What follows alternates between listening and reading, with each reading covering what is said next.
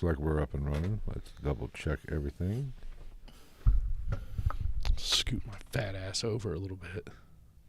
Damn it, I cussed. Uh-oh. It's going to be all right. It's not like we have that many people to watch us anyway. It's hard for YouTube to shut down a channel that doesn't get much traffic. Yeah. They just be wasting their damn time. Right? How to grow mushrooms from start to finish. They're not even... them jackbutts. What? They're not even telling me on my own private feed that which we're up. It was on mine. Well, you jackwagons.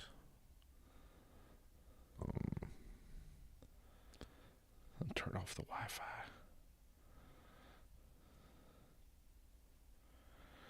I want to be with you.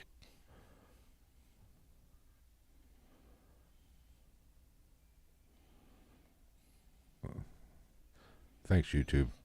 I'll find it myself. Okay. Audio's up and running. We are live. Goddamn right. To all 6 of the people that might watch We're this. early for a change. We'll get this party started in a few minutes since we were scheduled to start at 8 o'clock this wonderful live stream on the wonderful platform which is YouTube. I figured maybe if we suck ass a little bit, maybe they'll help us out and promote us a little bit. Probably not. I feel like I'm sitting very low. Maybe. I don't know. I'm good. So, but like I said, we'll get started. We have a true crime episode coming for you this holiday weekend. Yes. And Travis is wearing a Barbie shirt, so I'm not going to judge him. Custom made. I did see that there was something on, since we got some time to kill before we actually start this shit show. Somebody was making a comparison that basically the Barbie movie was a prequel to, what was it, the Suicide Squad. I don't know. I haven't seen the Barbie movie. Apparently, I guess Barbie at the end comes into the real world. And things start fracturing. You know, I don't know. I didn't see it. But some of being the same actress, Margot Robbie, basically played it the same as she did Harley Quinn. So they're kind of saying that Barbie, it was the prequel to what eventually turns into Harley Quinn. Interesting. Wouldn't that be an interesting turn of events? Well, I personally think the age of these superhero movies are going back to normal, I should say. An abrupt end? Well, I wouldn't say end. You're always going to have them but the popularity, I think, is going to... They oversaturated the market. Marvel just kind of threw it all. But that's what Hollywood does. Yeah, that's true. They find something that works and then beat that bitch to the ground. Yeah. Interesting. It's an interesting thought process. It's an interesting dichotomy of thought processes and situationals. Yes, so, I mean, and I'm a big Avengers fan. I mean, I enjoyed the Avengers series of movies. The last one was too fucking long. Yes, but at least it was long. I can deal with a long movie as long as it keeps you on the seat, on the edge of your seat. I can deal with it. As long as you're intrigued. I'm not a fan. There was no real lulls in the movie. I didn't feel anyway. I still feel like they should fucking make the behind the scenes movie where all of the Avengers and all the superheroes and shit like that have to like go to civil court for all the damages that they cause. That's true. I mean, every time I watch those movies, I'm like, who's gonna clean this up? They're like, oh, they're saving the world. I'm like, 30,000 people died in that scene alone.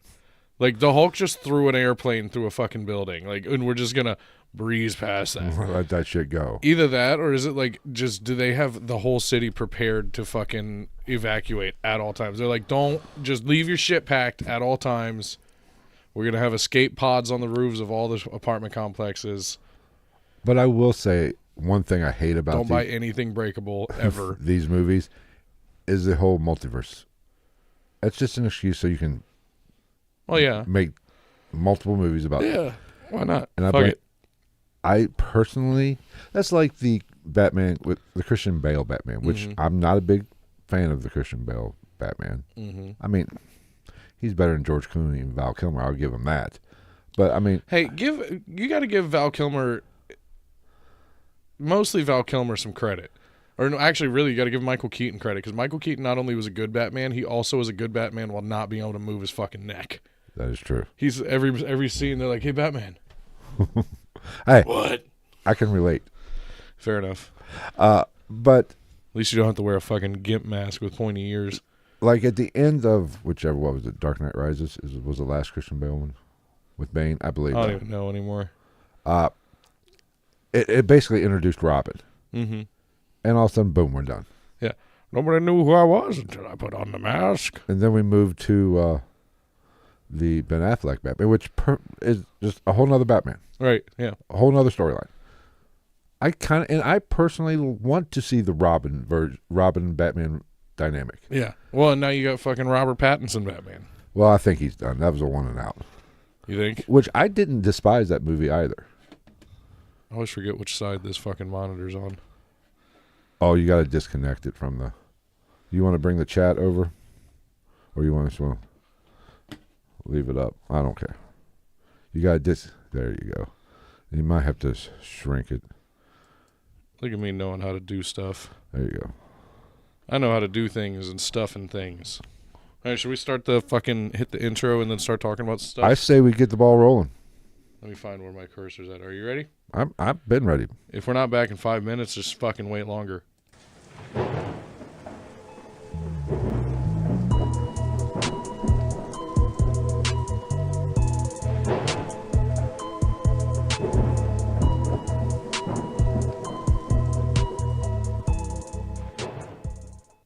What is up, everybody? Welcome to another episode of the GITN podcast. It's Rebranded. It's a Thanksgiving episode. We're coming to you live on YouTube. Thanks for giving me that big old long schlong. How was your Thanksgiving? My Thanksgiving was amazing. I ate so much freaking turkey. Oh, I know, dude. I went fucking ham, and then I found out there might be a problem. We might have to make 2 green bean casseroles in future years because apparently me and Better Half's brother, that's both of our favorite side dishes. No, I don't like green bean casserole. Oh, my God, dude. We were sitting there talking after dinner. I was just ripping up rolls and dipping it in green bean casserole. I'm like, this is going to make me explode out the backside, but Well, it's okay. My problem was I had an issue. Diarrhea? No, I had a turkey issue. Was it dry? No, I got a turkey from work, Yeah. and I text my mother who I was going to her house for Thanksgiving. I said, "You didn't happen to buy a turkey yet, have you? Have you bought a turkey yet?" She goes, "Yeah." I was like, "Ah, shit." She said, hon, I've had the turkey for this year's Thanksgiving since 2016. Her turkey was defrosted and basically ready to go. And this was like Monday or Tuesday. I said, "Well, I'm getting one from work. That's fresh." So she made 2. So she said, "No, I don't need it." I was like, "Well," she said, "Why don't you just bring it over and I'll make it?" So I've been eating turkey all week since Tuesday. Did she spatchcock it? I don't know what that That's means. the way to go. You like open it up down. You like break out the legs and shit like that and lay it flat. No, she just cooked it regular style. Cock spatch. She did it missionary. We had a smoked one. We didn't even get to the fucking roasted one. So there's a whole fucking bird left over from that shit. So come Thanksgiving, I did not even want fucking turkey. Yeah. Well, then you fucking throw in the fact that I am a lifelong cook and restaurant worker. So you've got the head of the household carving the turkey, and then he calls you-know-who over to help with, like, the little, like, to, like, de-meat the fucking drumsticks and shit like that. So you just got 2 fucking chubby boys sitting there slicing turkey and shit, and, like, it's like, one for you, one for me, one for you, one for me, the whole fucking time. I had, like, a half a fucking drumstick before I even sat at the table. Yep. And then oh my God, I looked at, somebody said something about me eating fast, and I was like, I've literally been caloric deficiting myself just for this moment. Just for this day. And then, you remember that scene from, I don't remember which Star Wars movie it was, but the one where Kylo Ren and all the little walkie drone things are trying to kill Luke Skywalker, and they're just lighting them up, and he's like, more, and they're just fucking throwing rockets and lasers at him. That's what I did to the toilet the next morning. Nice. It was rough. It was rough. I mean, it's just one of those, the best holiday, but the worst holiday. It was rough. I'm still. No deviled eggs though. I hate deviled eggs. I do not want to see it. Just the smell of deviled eggs. Oh God, I love a good deviled egg. If they're bad, they're not good. Vomit up my intestines. A little hot sauce on them. See, it's mayonnaise. I even like the cranberry sauce at this one. Cranberry. See, I'm simple. I'm not a big cranberry sauce guy, but this one that Better Half's brother's fiance made was quite good. I am simple when it comes to food. And you know, I want turkey or ham. Both. Or both. Would you like turkey or ham? Yes. Mashed potatoes, gravy. Green beans. Mm-hmm. You don't like green bean casserole? No, I'm not a big casserole when it comes like corn casserole. That's in green bean. I love green bean casserole. Those little crispy onions on that motherfucker. Stuffing. Thank you for complimenting my shirt. It is custom made. I wanted to say it's Barbie, bitch, but it was for a child's birthday party, so I figured that would be inappropriate. True. And stuffing. That's it. I don't want any of the other shit. I just don't like. No corn. See, I'm getting to the age where I do not see the point in eating corn. It goes out to come. What happens? It goes out the same way it comes in. It looks the same. It turned like corn. When you eat corn, it basically like your butthole turns into like one of those old Looney Tunes characters. You know, when they're like a fucking watermelon and they're like it at their enemy in the cartoon. That's basically what your butthole does with corn. Well, but with corn, it comes out looking the exact same. I know I chewed the shit. It's just like gum. What does it just reform itself in your stomach and then comes out? Have you ever swallowed gum and then seen it in your stool later? No, I don't. No, it's a weird situation. I don't think I've ever swallowed gum. Actually, looks like you ate a tooth. Huh? I've never done that. Oh, Phil might have had another stroke. Oh yeah, I've spent 3 days in the hospital. That's one reason why we haven't been on air in 2 weeks. You know that old chestnut. I spent a few days in the hospital again. Well, while we're on the subject, not to be insensitive or anything, but I find out he texts me. I'm at the bar watching the Cowboys game, and you text me, say, I checked myself into the hospital. Can you take care of the dogs? First off, I like your verbiage, and you said, can you take care of the dogs and let them out and feed them? No, I can't. Sorry. And then, so I'm like, okay, cool. Come home, take care of the dogs. When we had 4, we're down to 2 again. Thank God. Yeah. And no, don't worry. They all went to the 2 that we got rid of went to very reputable Chinese restaurants. Yes. I gave them to my cousins. So I come home, I take care of the dogs. They're pieces of shit. Well, 2 out of 4 of them are pieces of shit. The other 2 are just fucking dumb. I love them. And then go to drop you some shit off the next day, and lo and behold, oh, I wonder what caused the tingly arm and the high blood pressure. This motherfucker didn't have his goddamn blood pressure medication for how long? A week and a half, something like that. Oh, this is a reverse fishtail. Something like that. I've heard 2 weeks. I've heard a week. I've heard a week and a half. No matter what, too long. What are you doing over there? I don't trust you. I don't know. So she's like a werewolf with palsy. You know, life got in the way. I forgot to refill it. Life got in the way of me living. Fuck? I was still taking the aspirins I have to take, the baby aspirins I have to take every day. I don't think that they achieve the same thing in the same way. Fuck it. You got to die of something. What else? Anything else happened? Joe Burrow died. Obviously, he's jacking off a little too much, hurt his wrist. In the eyes of all the fans, the Bengals are dead. Speaking of football and Thanksgiving, I've come to a conclusion. What? Dolly Parton is immortal. She has taken all the heads, and there could be only one. Honestly, I thought she was older than she is. She's 77. Exactly. She's 77. And I'd still break her off a piece. I know. I said something about her plastic surgery, and somebody at Thanksgiving was like, it looks pretty good. I was like, I'm not saying it looks bad. It's just very obviously plastic surgery. Oh, but for 77, especially from a far-out camera shot, I'm like, I'd tap the shit out of that. She's got that thing going on. But 77 years old, and I mean, plastic surgery, hair dye, or probably a wig by now. Yeah. And makeup, Jesus Christ. I don't know. Like, there's just something about that level of plastic surgery. Like, Kim K is getting there, too, where it's like your face starts to look like you're a character from, like, DuckTales or something like that. That just like 2D. It was like you have the beak and everything like that, but you can't see the depth of it. I mean, but I will say, at least her plastic surgeon is worth the money. How bad do you think Jack Harlow felt after he saw her halftime show set up? They fucked him in the ass hard. Yeah, his looked like an 8-year-old like was the set director for Frozen on Ice. It looked like a mob hit. Just put plastic down. It looked like homeless people ice fishing. It was horrible. And then they're like, how do you want to perform this? I'm just going to walk around and look at the camera. It was not him. It was just the whole setup. Whoever it is designed, Detroit. Hey, Detroit's coming back, baby. Their football team, maybe. I didn't think they were going to lose that game. I thought they were going to go and steamroll them, but they didn't. But they didn't. So. What else? Cowboys kicked the shit out of the Commanders. Did you see? I did see something. There was a Native American group that filled out. Had a petition going out to bring back the Redskin name. I do. Do you know how many fans they've? What the fuck? How many fans they've lost because of that shit? Yeah. Yeah. So, Deron Bland broke the record for pick sixes in a season.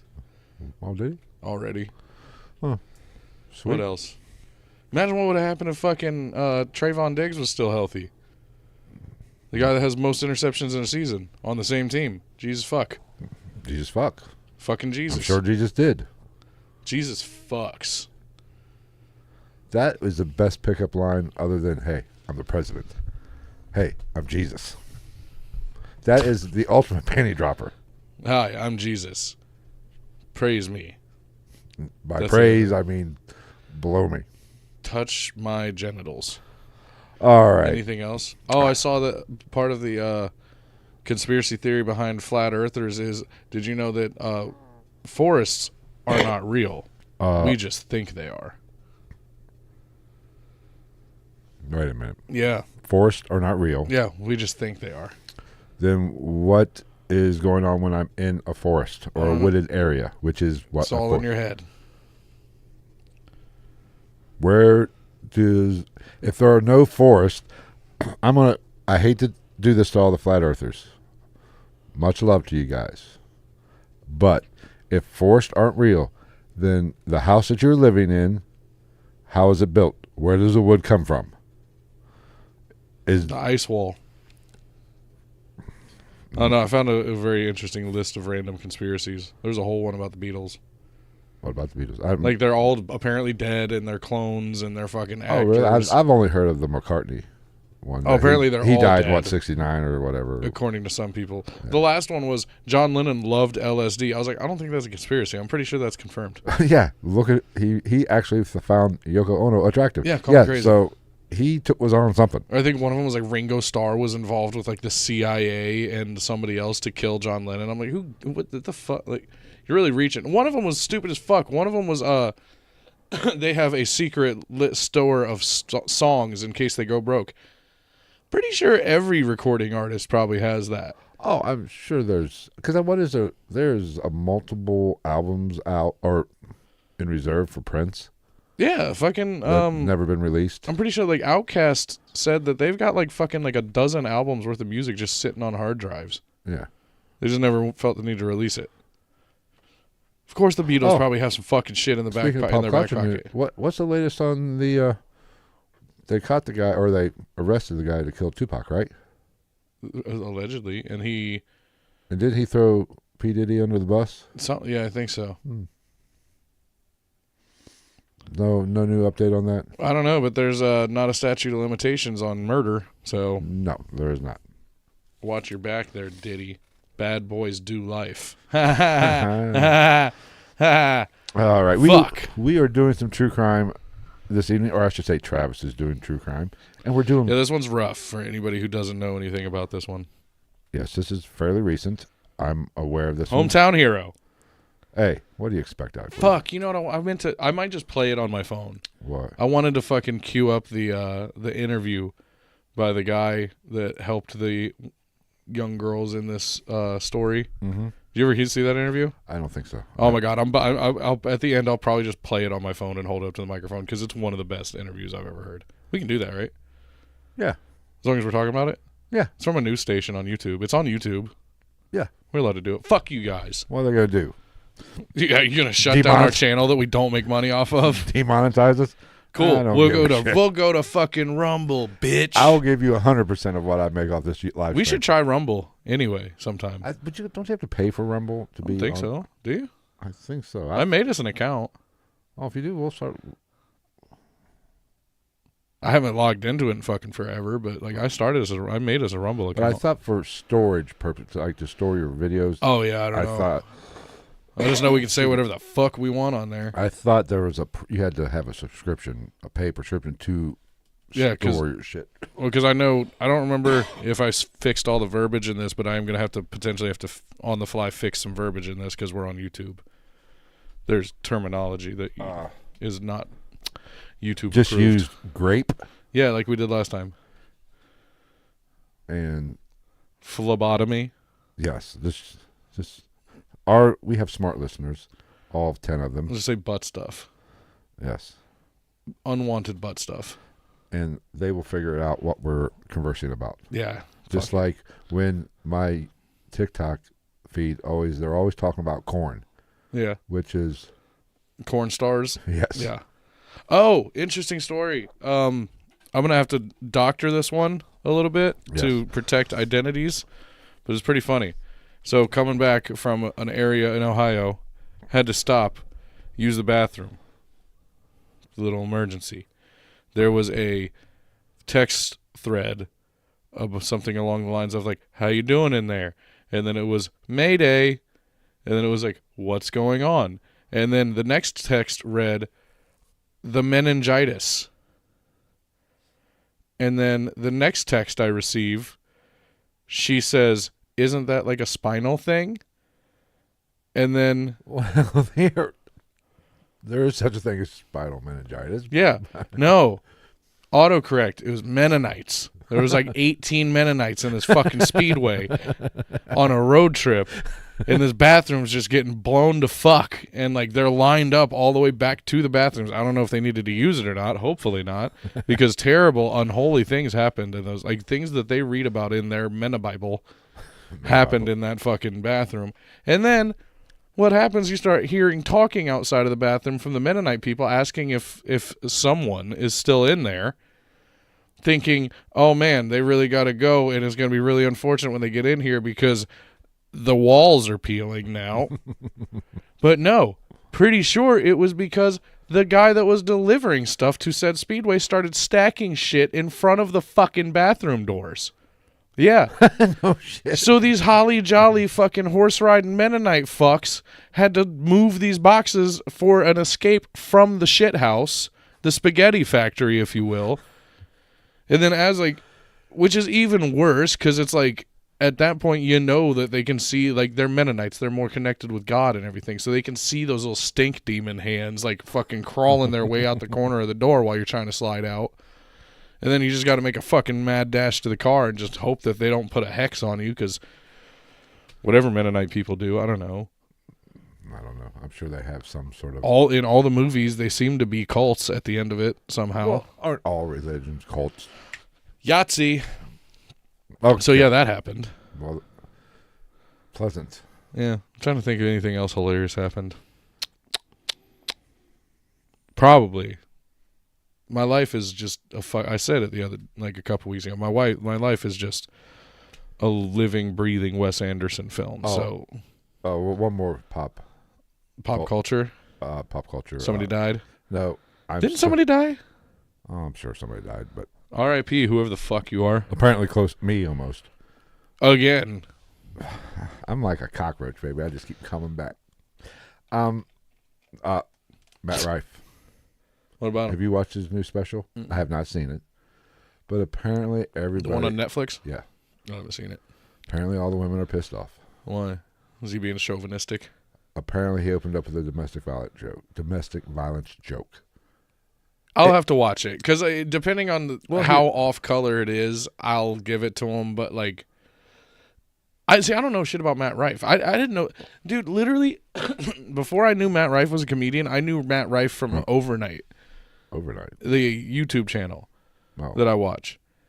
Oh, okay. They do investigations and shit. Like, they're not, like...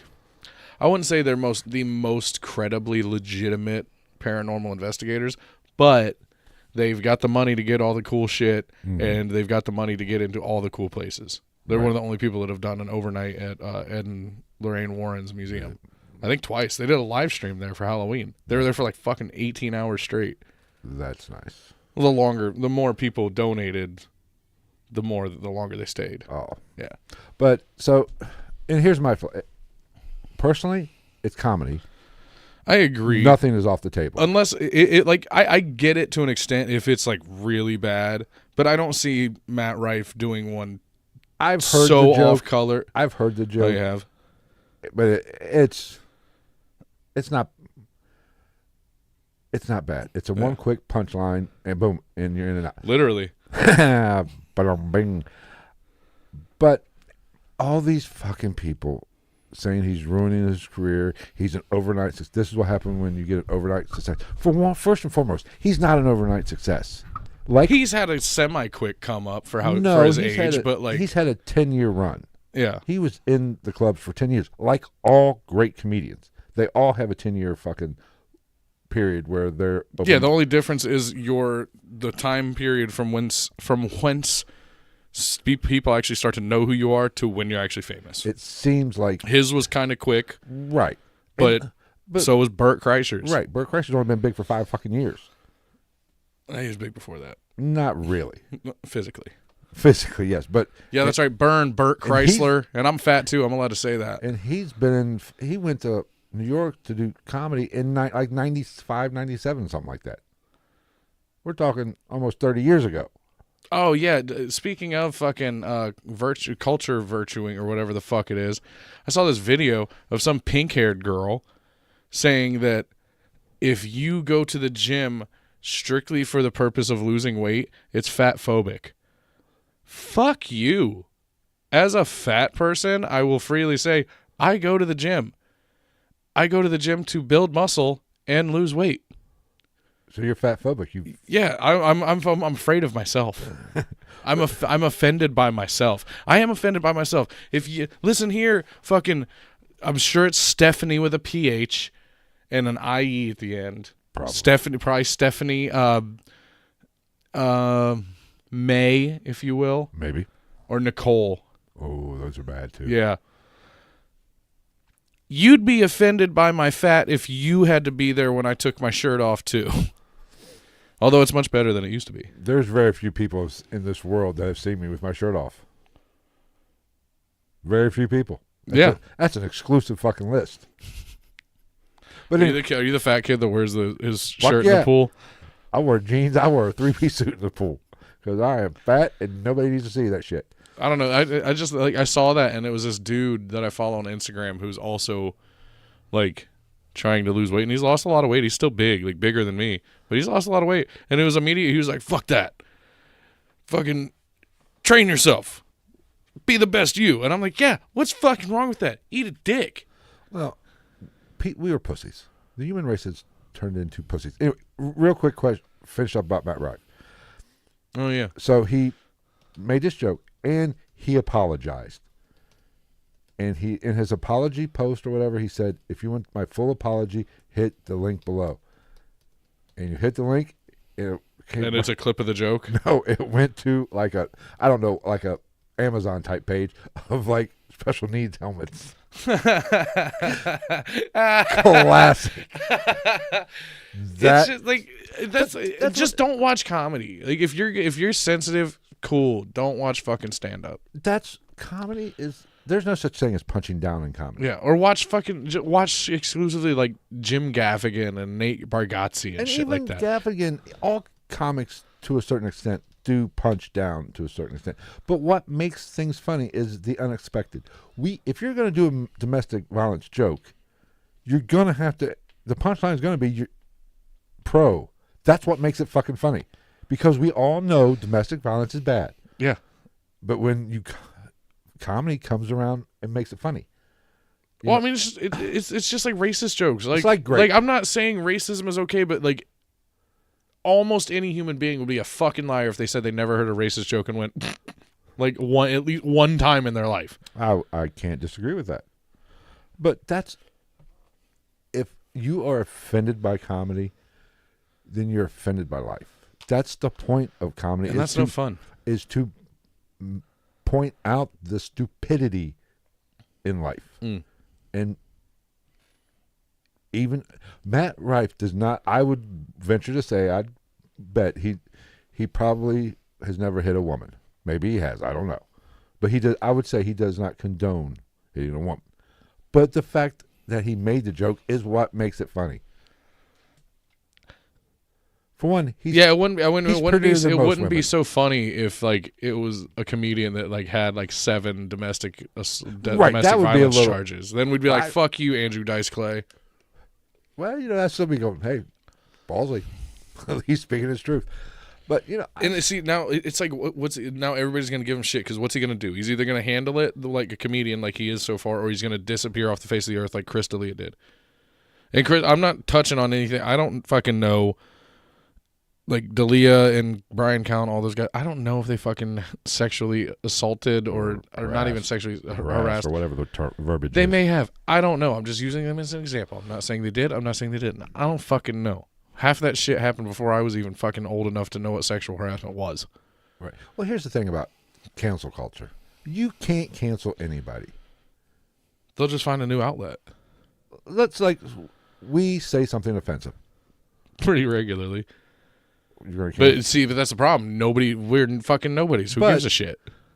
If you let them cancel you by going into hiding and apologizing and say, "Oh, I'm sorry," don't apologize for shit. Yeah. I mean, like, there's the only caveat to that is like personal lines individually. A perfect example of that is, what's his name? Goddamn, how can I? Rogan's buddy. Which one? The one that moved to New Jersey. Fuck. The one that moved to New Jersey. Yeah, the big one. Joey Diaz. Jesus Christ, how did I blank out? Maybe I did have another stroke. Maybe Probably. the doctors lied. They tried to cancel him. And he said, "Fuck you, cocksuckers." Yeah. Fuck you. Yeah. The only line within that, like I said, is like personal lines. It's just like a lot of people talk about like the F word. Fuck. No. The derogatory one for homosexual people. Bagger? What? Bag it? It rhymes with that, yes. Rhymes with bag it? Like people are like, da da da da da. I'm like, doesn't really apply to me because it's never really been a part of my vocabulary anyway. Right, yeah. There's better insults for people. I've always come to words, we give way too much power to words. I agree, but like, they're just fucking but words. that's my whole thing is like somebody be like, I like that you don't say that because it's offensive. I'm like, I wouldn't even necessarily say that it's because it's an offensive word. It's just never really been in my vocabulary. I don't care to say it. It doesn't fucking like. Oh. I want to talk about one more thing before we get started. So we got 30 minutes of bullshit at the beginning of this episode. But no, like that's just like people are like, oh well, da da da. I'm like, you can defend it one way or the other. I just don't. I've never really said it, so I don't fucking care your opinion one way or the other. Like, yeah. I'm not the problem. That's like somebody called me fat. I'm like, no shit, thank you. Like, oh no. Like, don't give a fuck. I'm fat. There's fatter and there's people not as fat. Yeah, I'm a happy medium. Yeah, you need to get in shape. Round is a shape. Thank you very much. Yeah. Oh, you fat fuck. Yeah, well, why don't you ask your mom how this fat fucks? Yeah, get out of my face, fucking.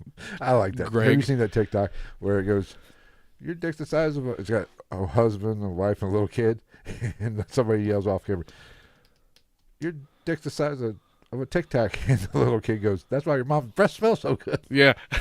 I laugh every time I see that. Yeah. I've seen it a million times. I laugh every time.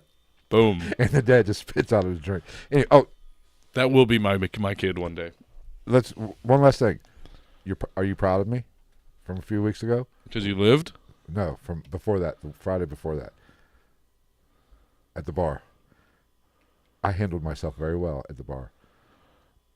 Oh, I was ready to beat the fuck out of that guy before you probably would have.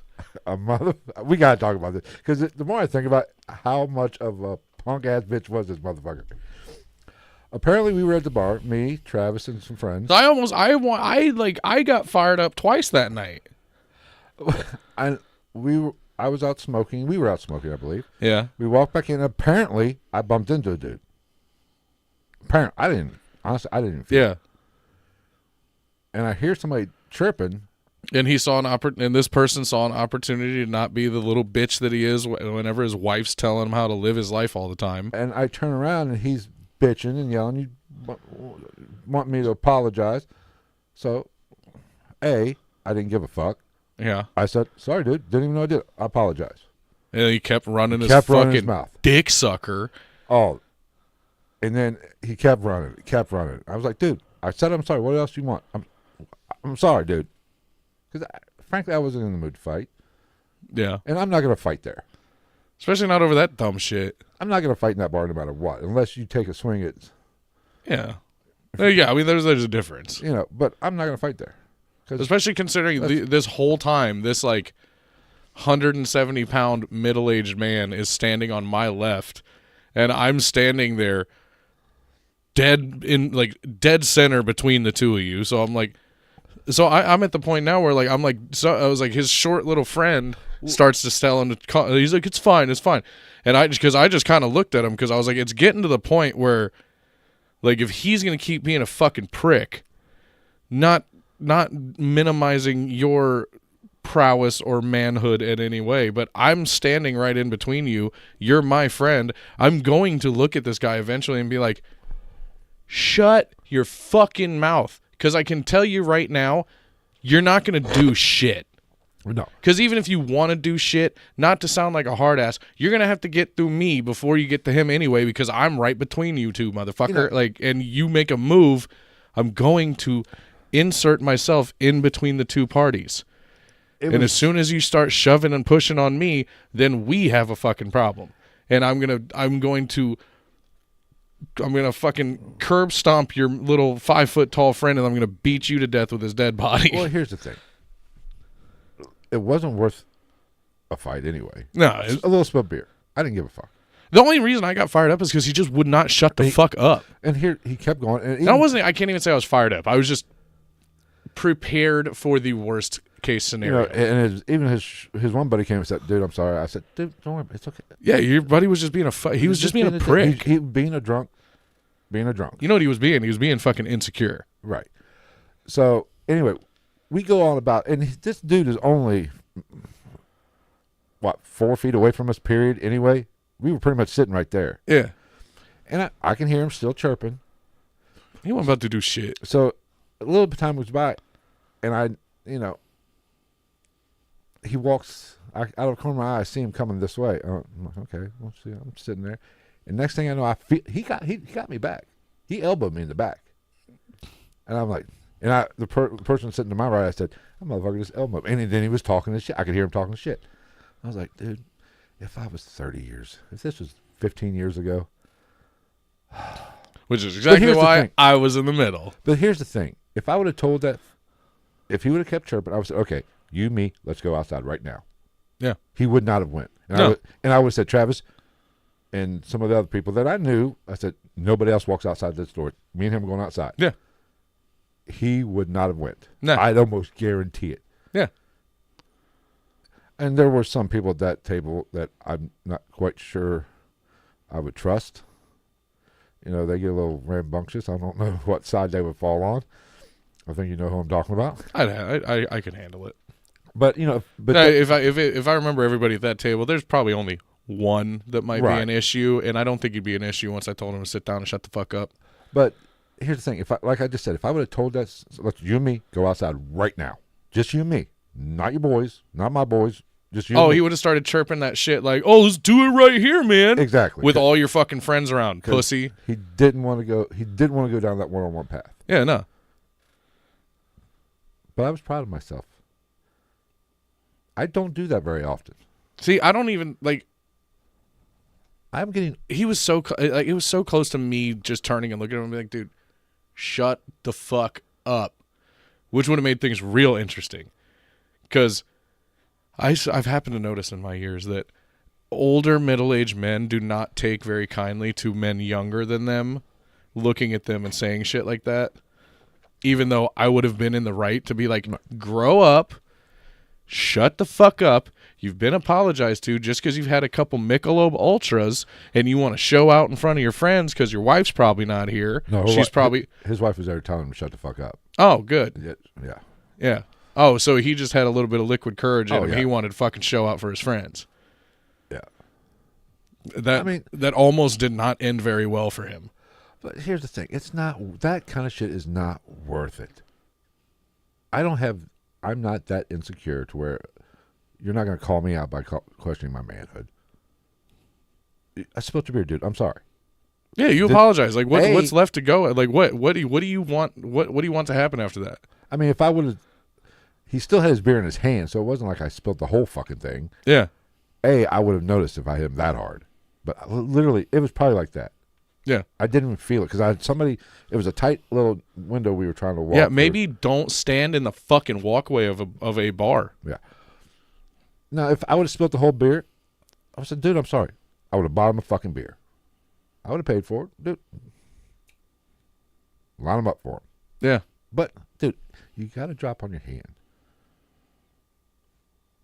Quit being a bitch. Yeah, your wife's sitting right there. The only reason you're mad is because that's the wettest your hand's been in fucking 15 years. No, but, that's the thing about one thing I don't like about bars anymore. Shouldn't say that. Of course, I was probably just as bad when I was younger. But I know if it was 20 fucking years ago.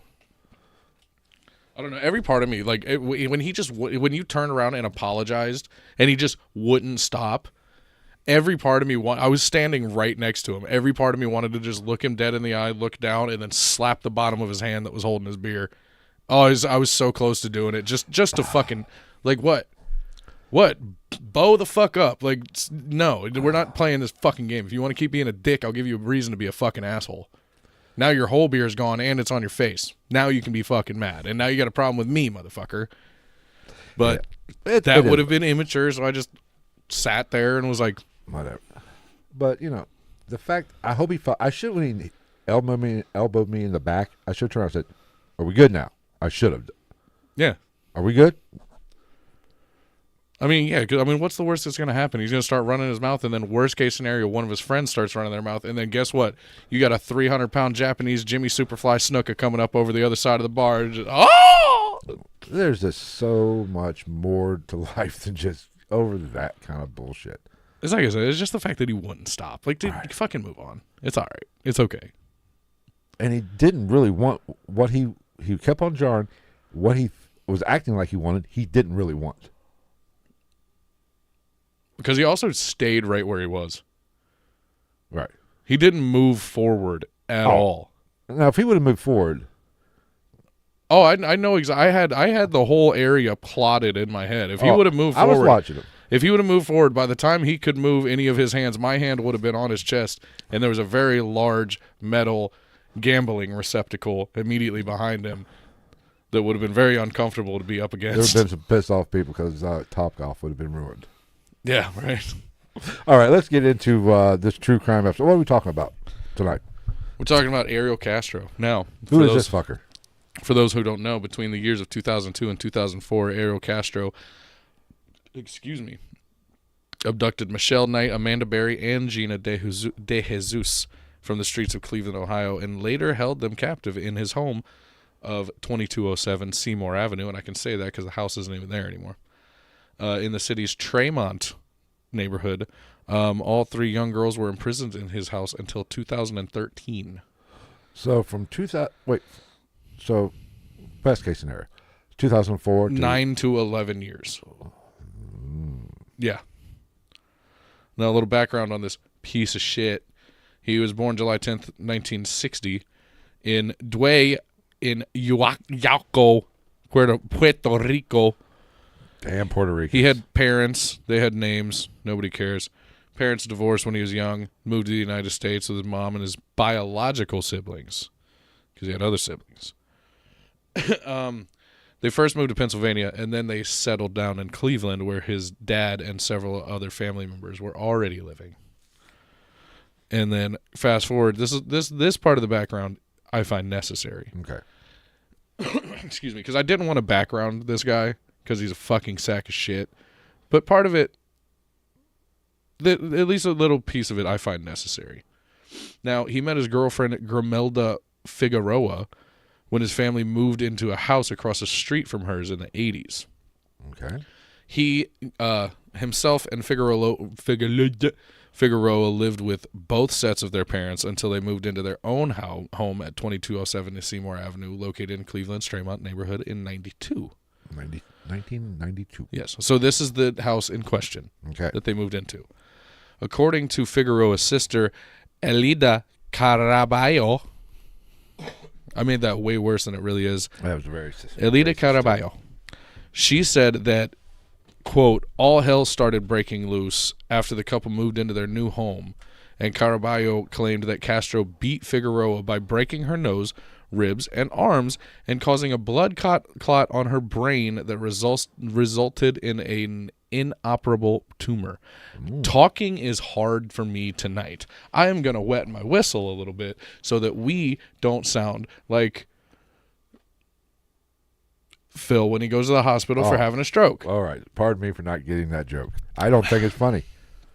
Well, you also didn't have any serious verbal side effects of the stroke either. No more than normal.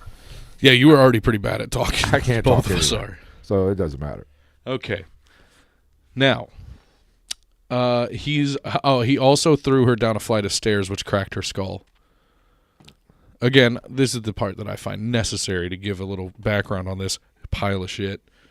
In 1993, Castro was arrested for domestic violence, but was not indicted by a grand jury. And in 1996, Figueroa moved out of the house and secured custody of their 4 children. Police assisted in the move and detained Castro, but they did not press charges. He continued to threaten and attack Figueroa after she left him, and Figueroa filed charges in 2005 in Cuyahoga County Domestic Relations Court, which accused Castro of inflicting multiple severe injuries on her and of, quote, frequently abducting their daughters. The court granted a temporary restraining order against Castro, but it was dismissed a few months later, and she died in 2012 due to complications from her brain tumor. Yeah. Now, I'm assuming they did not go after him for involuntary manslaughter. Because, no.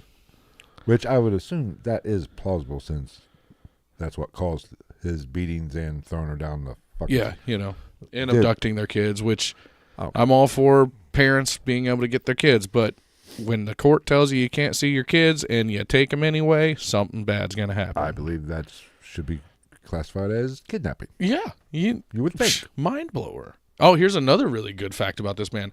Before his arrest at age 52, Castro worked as a bus driver for the Cleveland Metropolitan School District until he was fired in November of 2012 for, quote, bad judgment, including making an illegal U-turn with infants and toddlers on his bus, using his bus to go grocery shopping, and leaving a child on the bus while he went to for lunch at KFC. And also leaving the bus unattended while he took a nap at home. Well, wait a minute. Oh, that's bad, except for one. I've seen bus drivers, once they get the kids off the bus, stopping in parking lots and smoking cigarettes and shit, and go into convenience type stores. I mean, yeah, that doesn't really bother me so much. As long as you ain't got no kid, now stopping at KFC with a kid still in the car. Making illegal U-turns with kids still in the car. That's bad. The grocery shopping, whatever. I mean, as long as he didn't have another school to go to or some kids to pick up, then whatever. If he was getting KFC for everybody, I can almost... Fuck yeah, if he's getting that family meal. Yeah, get a bucket. Extra crispy mac on the side, you know what I'm saying? Some of those really shitty mashed potatoes and gravy that for some reason people love. I'm a Popeyes mashed potato guy. Right? I don't know. I'm a Popeyes everything guy. I don't know what it is. I say I don't mind the chicken at KFC, but there's something about But it's not as good as Popeyes. KFC's like 11 secret herbs and spices. Well, I'm like, are 10 of them salt and pepper? Here's the thing. I will say this. KFC chicken is always juicy. Every now and then you can get some dry ass shit from... See, I've never had that problem from Popeyes.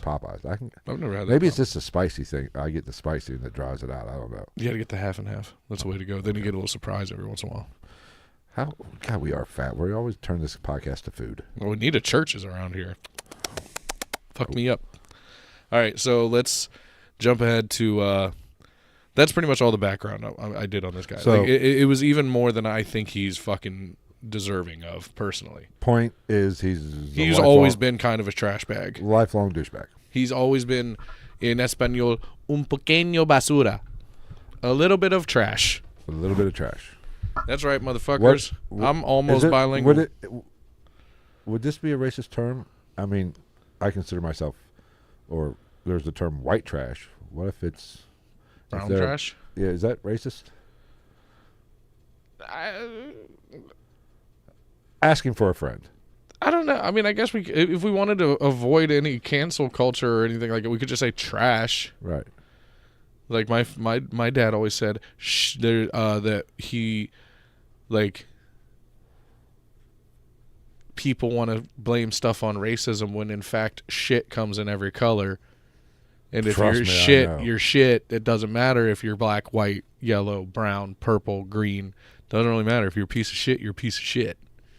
I agree. He was a wise man. Mierda in Espanol. God, we are so bilingual here. Yeah. Each Nissan. That's 1, 2, 3 in Japanese. That's pretty much all I know. and Mitsubishi. And it's a me, Mario. It was actually, did you know that on Mario 64 he doesn't say it's a me, Mario? He says it's me, Mario, which means Super Mario in Japanese. I was not aware of this. We learned something here. We are an educational podcast. Try to be. So, anyway, we're going to jump ahead now. Michelle Knight, who was born April 23rd, 1981, she disappeared on August 23rd, 2002, after leaving a cousin's house. Huh. That's my daughter's birthday. She disappeared on the day of my daughter's birth. Knocking on wood. I was in a hospital bed, or in a hospital, my ex-wife laying up giving birth on that day when she was being abducted. Pooping out a baby. Yes. She was 21 years old, and on the day of her disappearance, she was scheduled to appear in court for a child custody case involving her son, Joey, who was in the custody of the state at the time. Following her rescue, police acknowledged that limited resources had been spent on investigating her disappearance, in part because she was an adult. Authorities believed that she was a runaway voluntarily due to anger over losing custody of her son. And according to Cleveland Deputy Police Chief Ed Tomba, she was, quote, the focus of very few tips. Some criticized her subsequent removal from the National Crime Information Center database 15 months after she disappeared, which made her largely unknown prior to her rescue. And the Cleveland Division of Police, or CDP, and the Federal Bureau of Investigations, or FBI, maintained that her inclusion or exclusion had no bearing on her rescue. I kind of disagree a little bit, but I'm just a fat guy with a podcast. Well... You're going to exclude somebody for one reason or the other just because she's an adult? This harkens back to, who was it? The pig farmer. Oh, yeah. Where it was a bunch of native girls. Right. And they just didn't, the cops just seemed to give less of a fuck. Robert Pickton. Yeah. Police are always going to put more emphasis on children. True. But, that doesn't she's gone for 15 months and eat a dick. Pieces of shit. Do better. Like Joey Swoll says about all the people that make fun of people in gym videos. Do better. But here's the thing. If a man goes missing, they're not going to give a fuck. I mean, let's be real. The sad part is if a man goes missing, oftentimes he went somewhere and he offed himself. That is true. Which is a whole nother fucking can of worms. Right. Anyway, Amanda Berry, the one everybody knows. Amanda Marie Berry was born April 22nd of 1986. She disappeared on April 21st, 2003, the day of her 17th birthday. That is a shitty birthday. Yeah. Happy birthday, Yank. Ooh. She was last heard from around 8 p.m. when she called her sister to tell her that she was getting a ride home from her job at Burger King at the corner of Lorraine Avenue and West 110th Street. The FBI initially considered her a runaway until a week after her disappearance, when an unidentified male used her cell phone to call her mother, and he said, quote, "I have Amanda. She's fine and will be coming home in a couple of days."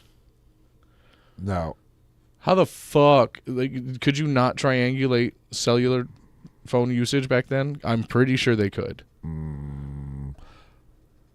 I would think so, since the FBI is already involved, right, at this point. You would hope.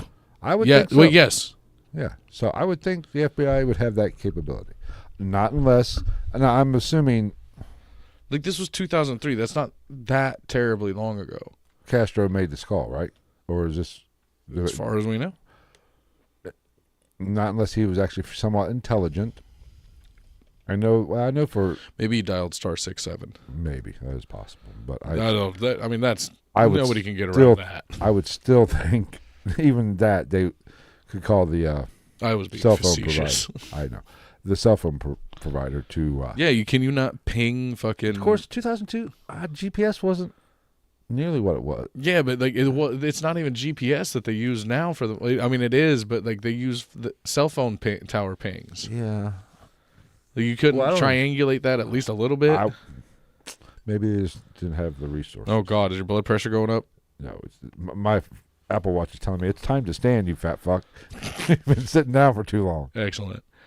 Now Barry was featured in a 2004 segment of Fox's America's Most Wanted, which was also re-aired in 2005 and 2006 after that, which linked her to Gina DeJesus, who by that point had also gone missing in Cleveland. Now, Amanda Berry and Gina DeJesus were profiled on the Oprah Winfrey Show and the Montel Williams Show, where self-proclaimed psychic, here we go, Sylvia Brown, she's dead, it's good, told Barry's mother, fuck that bitch, told Barry's mother, Luana Miller, in November 2004 that her daughter was dead and that she was, quote, in water. She got that one wrong. This bitch got a lot of shit wrong. Like, I'm not trying to speak ill of the dead, but fuck you. Well, here's the thing. She had a kind of a laundry list of fucked up things that she fucked up saying that were fucked up things to say that were wrong because she wasn't a real psychic. I'm from the school that there are people that probably can pick up on certain things like that. They would have been better off calling Miss Cleo's hotline. Dionne Warwick could have done a better job, is what you're telling me? Fucking Chip Coffey could have done a better job. But And I'm a fan of Chip Coffey personally. I can't speak to his legitimacy. I'm not a fan of... I find him entertaining on television. I can't say whether or not he's legitimate. I don't fucking know. Well, Chip Coffey lost me when he was at, Randolph County Asylum, a place where I investigated. There's video on our YouTube channel from it. And matter of fact, when we were there, Kindred Spirits was in town filming the next night. Oh. But I watched the episode, and Chip Coffey came in. Was a poor farm, basically. And people who don't know what poor farms are, this was people who couldn't take care of themselves, couldn't afford to take care of. They went to these poor farms in the 40s, and the county took care of them. So there was a lot of grape. There's a lot of graping going on. But there was a lot of bad things. Murders, people would be killed. And Chip Coffey had the audacity to say something I don't remember verbatim exactly what he said, but I'll paraphrase. Oh, there's a lot of pain. I sense people in a lot of pain here. No shit, Jack Wagon, you. That's like going to a hospital and being like, I feel like somebody might have died here once or twice. Take your scarf and hang yourself. Jesus. He did wear a lot of scarves. I mean, Jesus Christ. I don't know if they were scarves or ascots. I don't know, but he wore a lot of them. I mean, you're going to have to give me a little bit more if you're have psychic powers. Yeah, that's like the psychic on fucking, what was it, Family Guy, when they're like, oh, it's just like that amazing psychic I went to see. Did your grandfather's name start with A? No. B? No. C? No. D? No. E? All right, anyway. Yeah. So, now this Sylvia Brown telling Amanda Berry's mom this just destroyed her and made her take down pictures and give away her computer. That's how seriously she took with this fucking pile of this worm food pile of bones now said to her. Main reason I don't like her ass. Now, however, Miller continued to search for her daughter before dying from heart failure in early March 2006. And later that year, on December 25th of 2006, her daughter actually gave birth to a daughter. Oh. And DNA evidence has confirmed that Castro was the father of this child. Oh. Yeah. Now, Robert Wolford was a prison inmate who had lived in Tremont, and he claimed in July 2012 that he had information about the location of Barry's body. So he's a piece of shit, too. He led police to an empty lot in Cleveland's west side where they conducted a fruitless search because she wasn't fucking dead. And he was sentenced in January 2013 to 4.5 years in prison for obstruction of justice, making a false report, and making a false alarm. Good. Fuck that dude, too. Hey, he was taking a stab at the dark. He was trying to get out of fucking jail early. He was just hoping that they found a fucking body there. Yeah. Dickhead.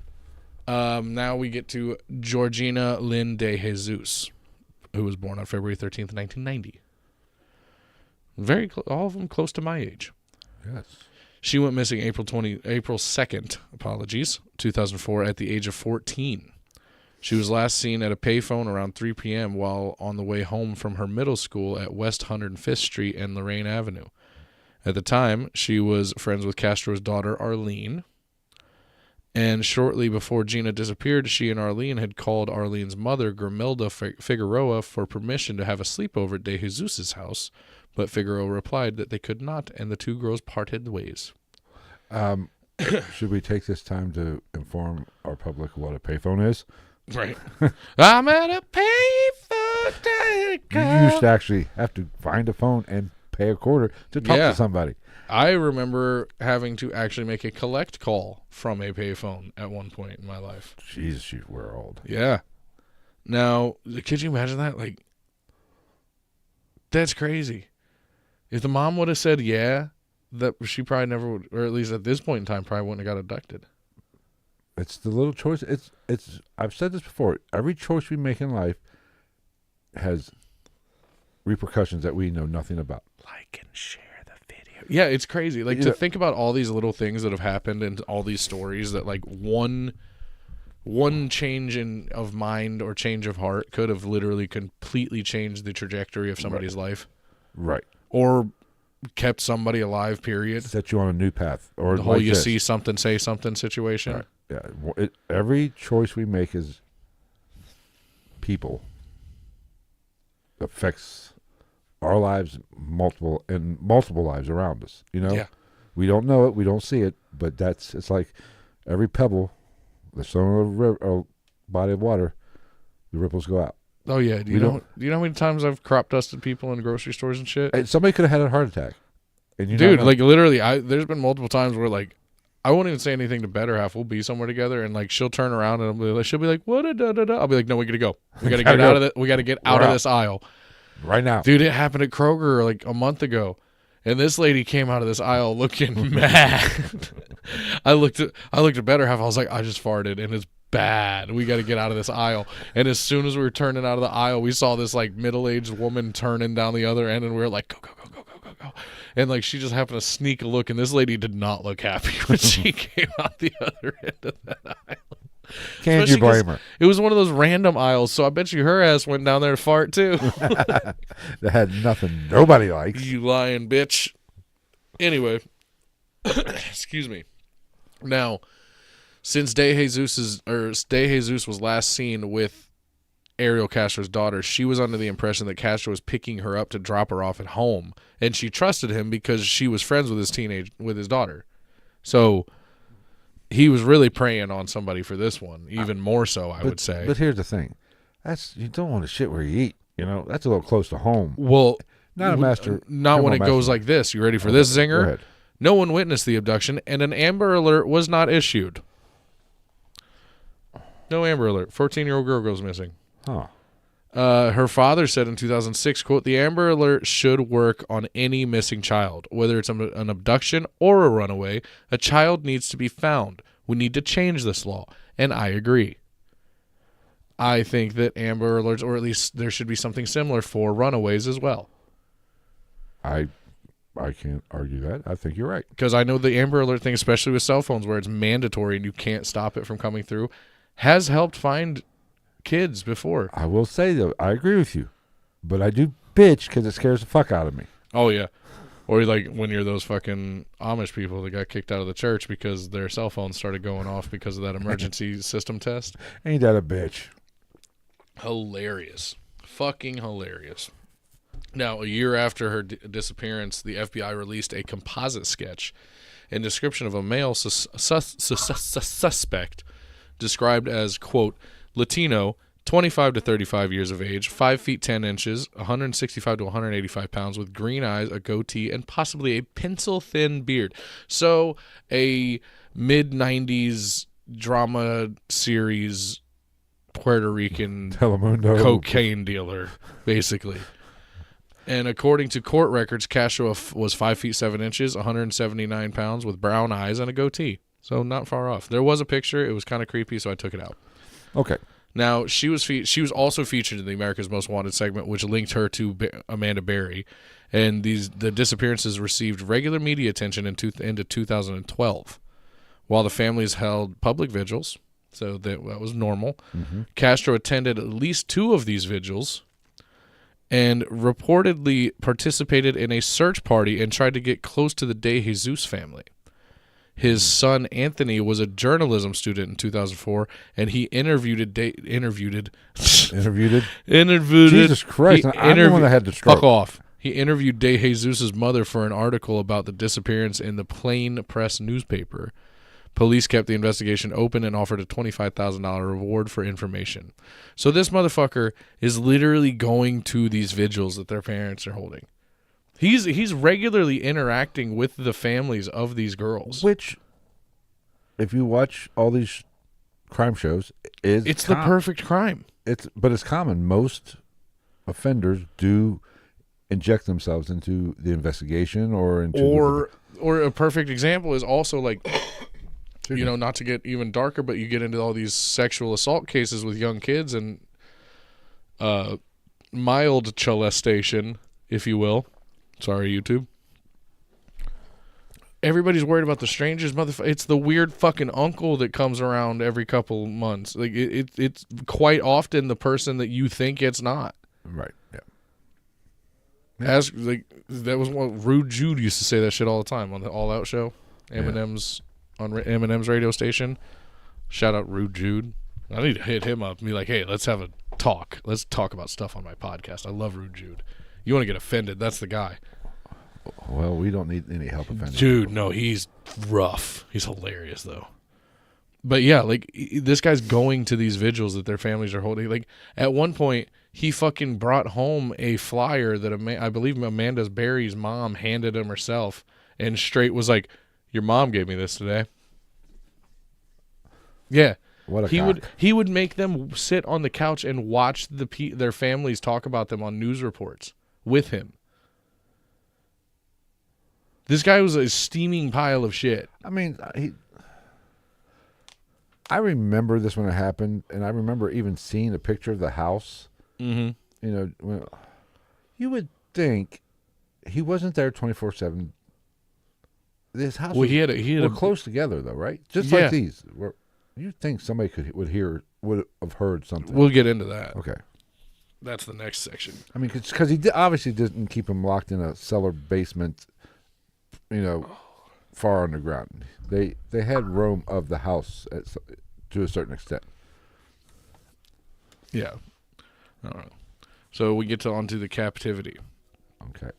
Upon being nid-capped. Sorry, Japan, you're having a tsunami tonight. There goes the moon. Speaking of, I found Here, I'll hold the moon. I found a almost 1,000 square foot house that you can buy in Japan for $7,000 US. You know what prefect it's in? What? Fukushima.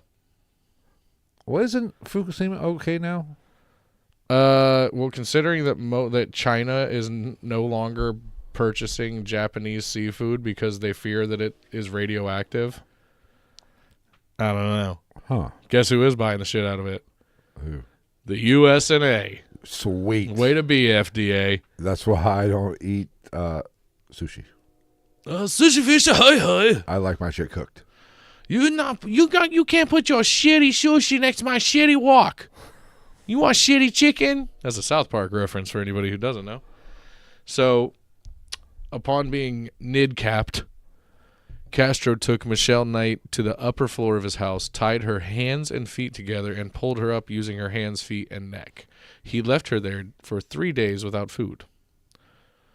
Prosecutors at Castro's sentencing wrote that diaries kept by his victims speak of forced sexual conduct, being locked in a dark room, anticipating the next session of abuse, dreams of someday escaping and being reunited with family, being chained to a wall, being held like a prisoner of war, missing the lives they once enjoyed, emotional abuse, Castro's threats to kill them, being treated like an animal, continuous abuse, and desiring freedom. These were just things that they wrote about in their diaries. The women were kept in locked bedrooms where they were forced to use plastic toilets that were, quote, emptied infrequently. They were fed 1 meal a day and allowed to shower twice a week at most. Ew. Yeah. Now, Knight told police that Castro had impregnated her at least 5 times and had induced miscarriages each time through beatings, hitting her with dumbbells, punching her, and slamming her against walls. He also starved her to help that process. Knight's grandmother told reporters that she would require facial reconstruction surgery due to the beatings she endured and had lost hearing in one ear. Damn. Yeah. At one point, Knight had a pet dog while in captivity, but Castro killed it by snapping its neck after it bit him trying to protect her. Okay, now I have a problem. It was trying to protect her from him. He killed a fucking dog? Yeah. DeJesus told law enforcement that she was raped, but did not believe that she was ever impregnated. Now, on Christmas Day of 2006, Castro allegedly ordered Knight to assist in the birth of Barry's child, which took place in a small inflatable swimming pool, and threatened to kill her if the baby did not survive. No pressure. Oh, yeah, because this young girl knows how to deliver a fucking baby. Jackwagon. At one point, the baby stopped breathing, but Knight was able to resuscitate her. So, that's good on multiple levels. Yes, it is. Bright side.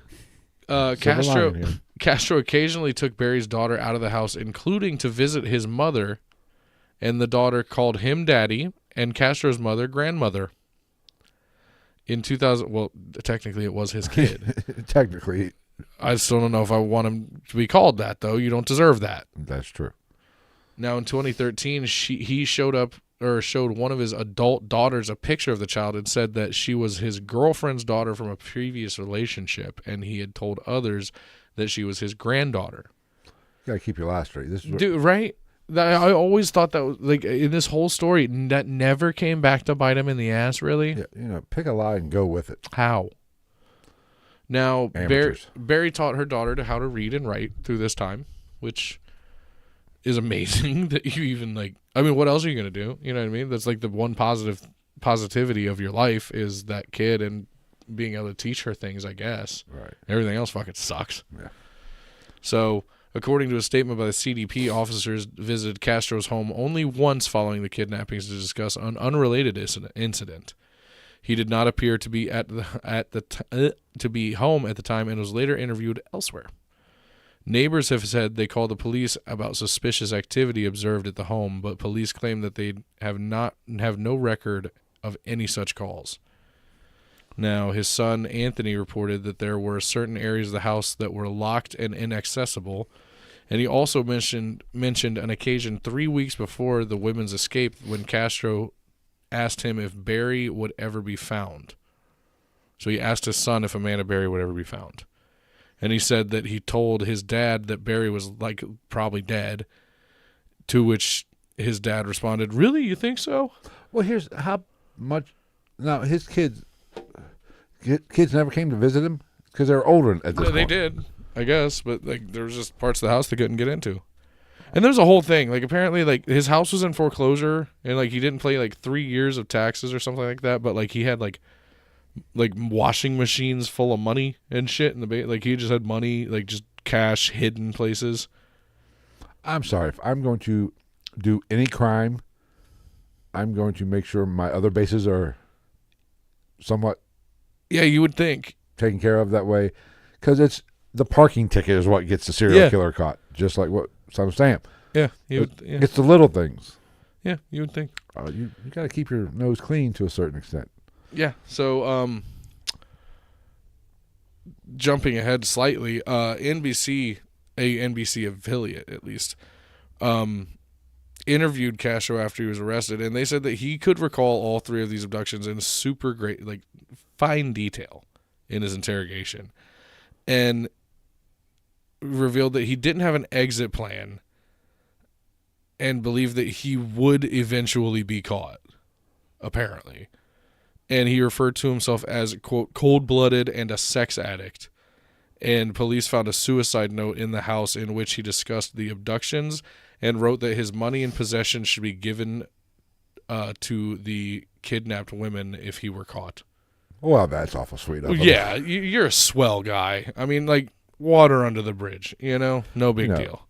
Now, and mind you, at this point in time, like, these diaries that they had, this is really dark. There would be, like, on pages of these diaries, there would be, like, hash marks. And that would be how many times, like, that day or that week that he had sexually assaulted these girls. They kept a tally of it. And there would be, like, up to 5, 10 tally marks on these pages. A day? A day, a week. Like, I don't know if Amanda Berry or any of them went into that great a detail because I have not yet read the book. She wrote a book with, I think, with one of the other girls. But, like, it's, like, literally, he just lived a life with these girls. A terrible one. Well, terrible for them. I mean, it had to be stressful for him, too, which he deserves. Fuck him. I'm not saying that, like, but, like, how do you normalize that? That you just live that, you're like, well, I better go beat my captives today. You'd be surprised what the mind can normalize. Dude, yeah, tell me about it. This guy was a fucking psycho. Okay, so on the 6th of May, 2013, Amanda Berry was finally able to make contact with Castro's neighbors, which led to her escape of her and her 6-year-old daughter, and then the rescue of DeJesus and Knight by the authorities. According to police, he left the house that day, and Berry realized that he had failed to lock the, quote, big inside door, although the exterior storm door was still bolted shut.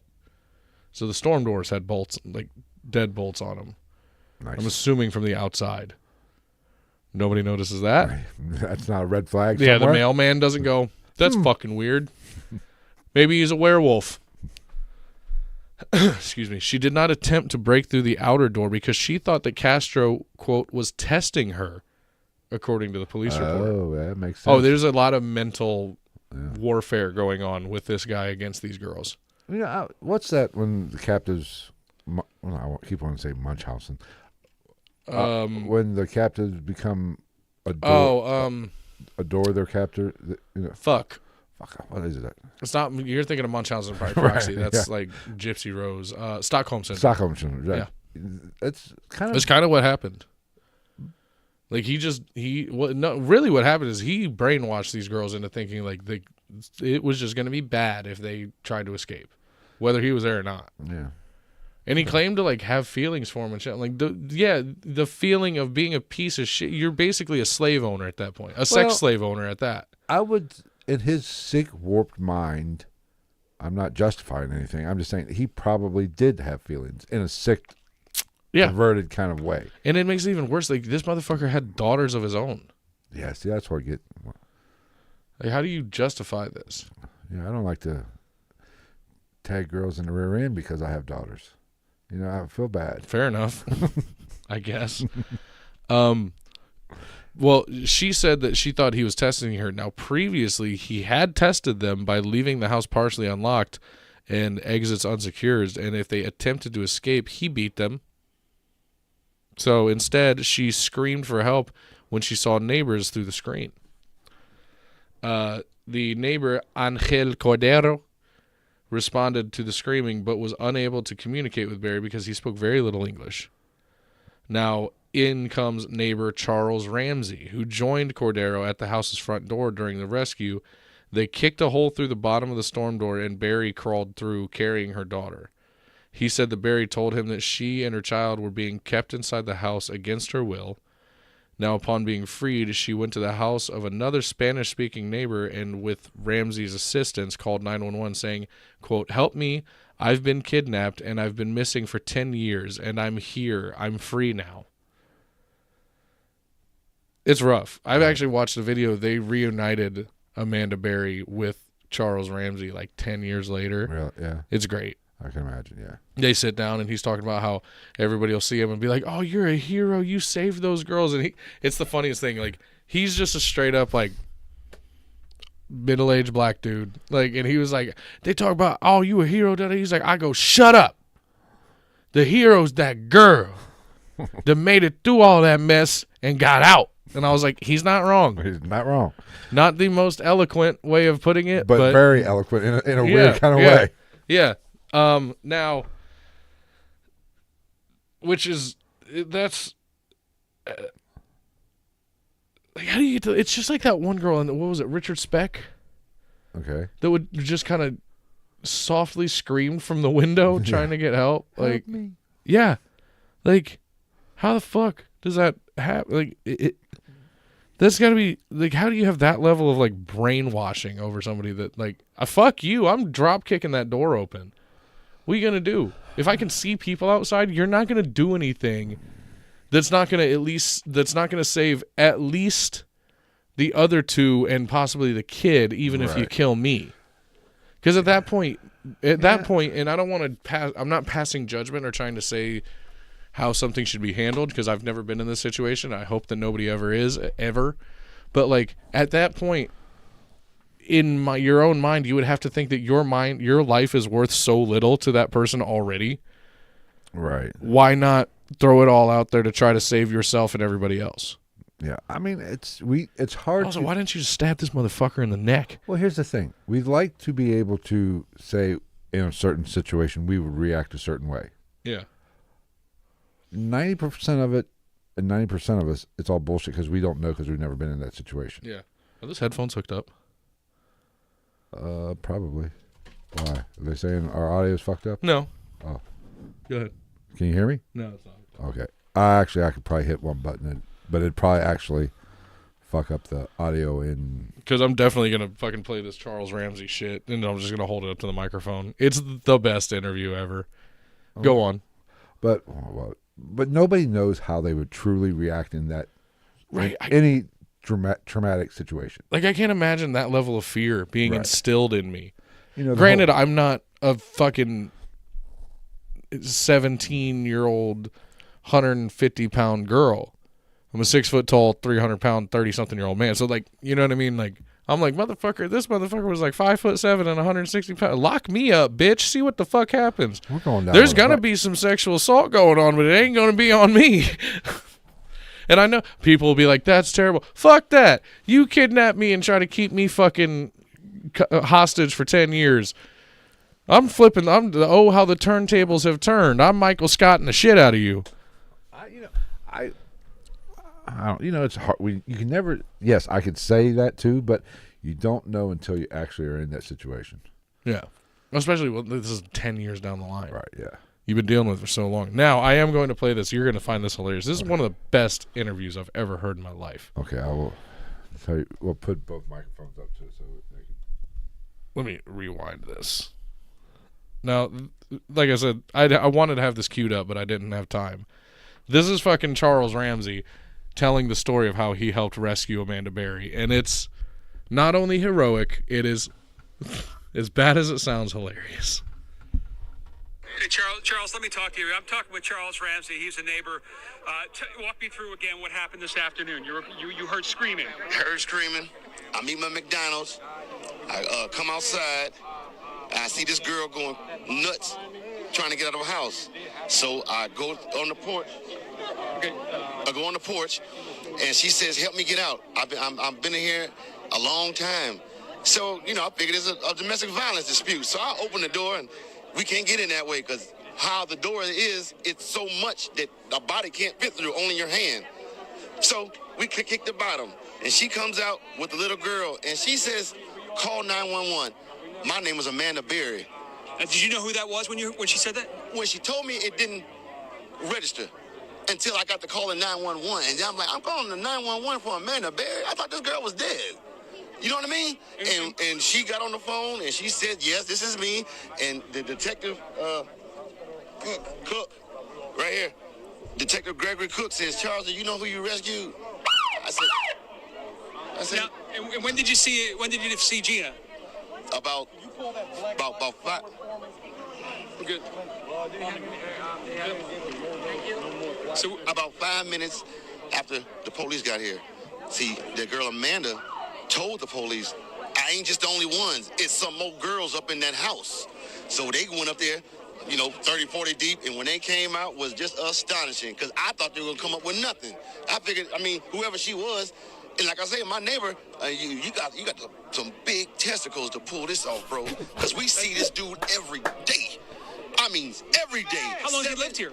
I've been here a year. You see where I'm coming from? Right. I barbecue with this dude. We eat ribs and whatnot and listen to salsa music. You see where I'm coming from? And you had no indication that there was anything. Bro, not a clue that girl was in that house or anybody else was in there against their will. Because how he is he just comes out to his backyard, plays with the dogs, tinker with his cars and motorcycles, goes back in the house. So he's somebody that you look away because he's not doing nothing but the average stuff. You see what I'm saying? Yeah. Ain't nothing exciting about him. Well, until the day. What was the reaction on the girls' faces? I can't imagine to see the sunlight, to be around people. I knew something was wrong when a little pretty white girl ran into a black man's arms. Something is wrong here. Dead giveaway.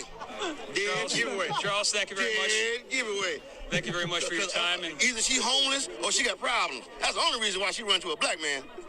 Charles, thank you for being there, man. Charles Ramsey, neighbor. For the situation at hand, that is the most hilarious television interview I've ever heard. He said, you got to have some big testicles to pull that off, man. Charles is the man. Dude, he's my favorite human being alive. Like, that shit, man. Shout out to, it was like Channel 5 News or some shit, CBS, I think, up in Cleveland. Charles is the man.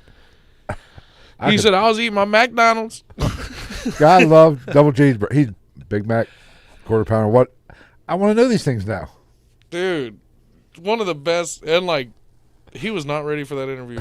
His hair was all kinds of disheveled. Like, now the second time when they reunited with Amanda Berry years later, he was much more put together. And there was a crowd of, like, I know you couldn't see the video. There's a crowd of people in that street. Yeah. There's a fucking white dude that looks like he definitely doesn't like Charles Ramsey because of the color of his skin behind him. I could be wrong. He's wearing like a motorcycle club vest, and he's got like bald. Basically, like very short, like probably bald. Usually hasn't shaved his head in a while. Got tattoos on the back of his head. Like definitely looks like he smokes like L&M Reds and has used the hard R a couple times in his life. Yes. Probably. Like, especially considering when he was like, I knew as soon as a pretty little white girl ran into the arms of a black man, I knew something was wrong. And that guy behind him was like, and I was like, yeah, because you're like, at least he didn't take her back to his jungle. Like, that's how that dude looked. He definitely looked racist. I was like, Jesus. I was just literally, you watch it and you're kind of like waiting for him to like try to do something shitty to the guy. Probably a member of the Nazi party, but that's okay. At least at one point in his life, probably. Yeah. Talks about his good Aryan stock that he comes from. If he grew his hair out, it'd be blonde. But again, like, not only very heroic situation, hilarious. You got to have some big testicles. He said there was nothing special about him until today. He laughed it off. I was like, motherfucker, this is not the time to laugh. Like, his mom, one of those girls' moms is probably like 8 feet away from you right now when you're just talking about big testicles and eating McDonald's. He's just keeping it real. That makes me think. I've been re-listening to 10-minute podcasts. That makes me think of, this is Keeping It Real with Shonda. Fucking Will Sasso plays the character Shonda. She's like, what kind of man? Let's talk about what kind of man y'all like to fuck when you on the road. And this has been Keeping It Real with Shonda. Dude, I fucking love that show. I wish they'd bring it back.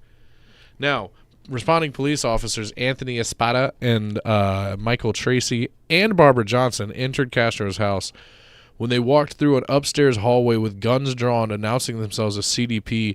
After peeking out from a slightly open bedroom door, Catherine Knight, I believe that was her name, right? I think so. I apologize.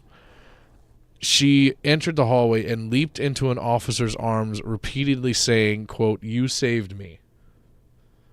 This has got to be one of the biggest moments for any cop that was involved with this sweep and this call. Right. It's got to be one of the best moments of your careers. That has to be one of the moments that makes the job worth doing. Could you imagine going home and hugging your wife and kids after doing this? Oh, I don't understand how. I understand why there's such a high divorce rate in cops. Yeah. Because, I don't give a fuck what anybody says, especially in today's climate. That is the worst job to have. It's like as soon as you become a cop, you love two things: police work and drinking and hitting women. Right. I mean, you're under the amount of life and death stress you're under, and then throw in some of the bullshit The shit that you have to deal with. You have to see the worst parts of humanity. Because there was a time I wanted to be a cop. I think every guy wanted to be a cop at one point. I mean, I was even this if they were close. little kids. I was this close going to the academy, and I was like, then I realized, wait, you're gonna pay me how much, and I could get shot?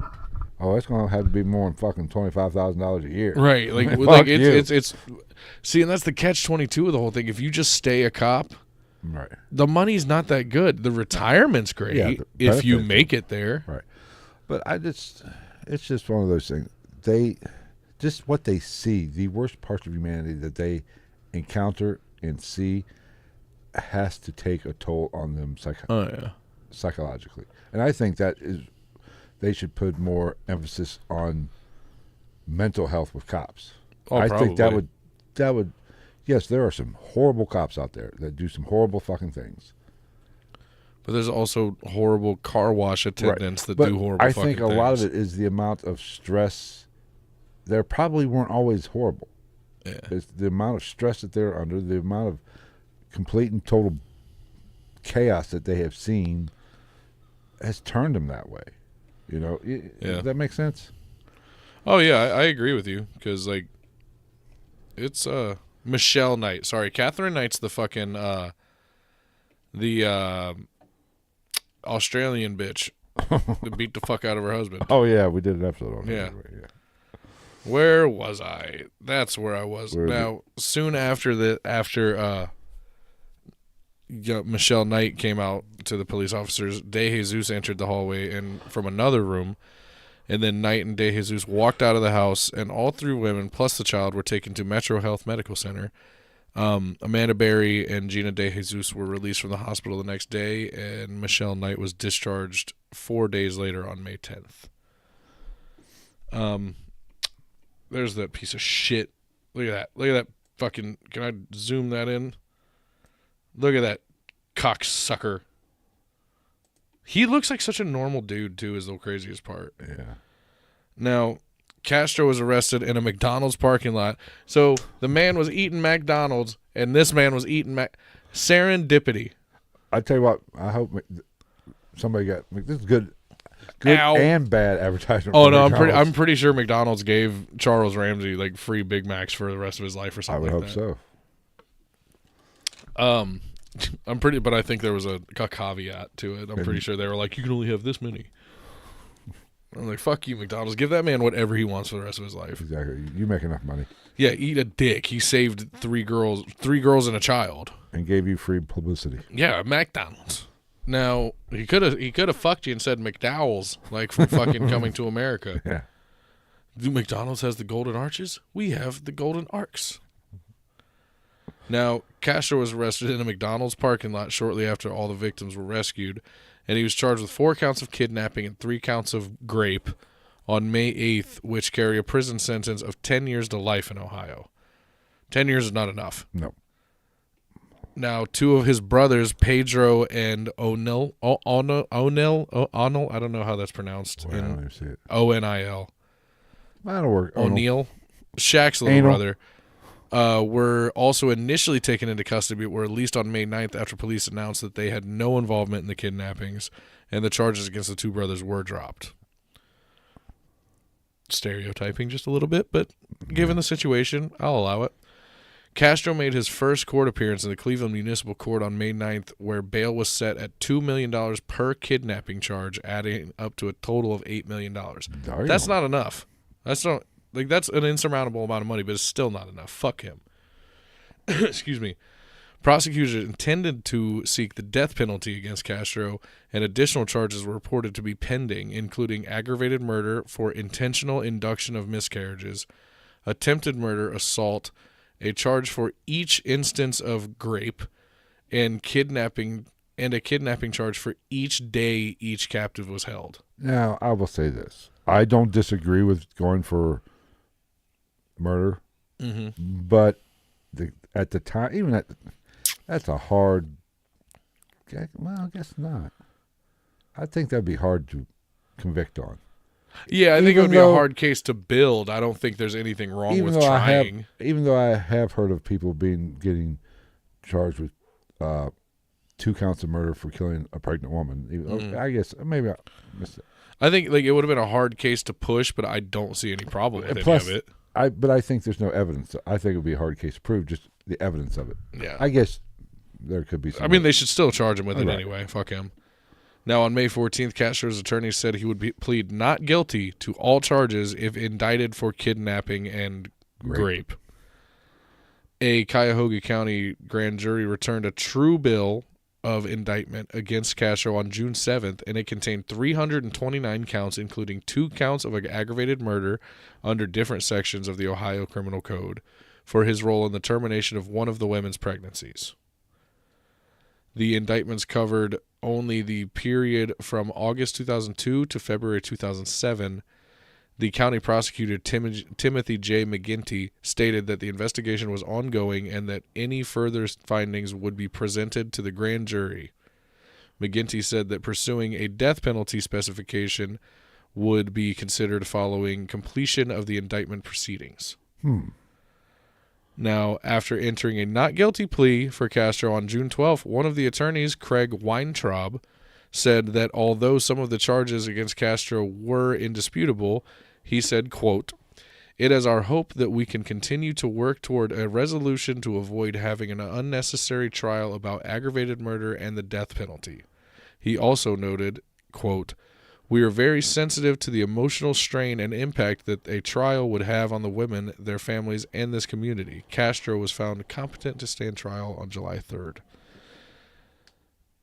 I find it hard to... I couldn't stomach fucking taking on a person like this as a client. I know that it's a job and that's just what you do, but, like, fuck that. But at the same time, we've had the conversation of, like, how much publicity do you get off this shit? How many people know your name in that, at least in that city, because of this? That's true.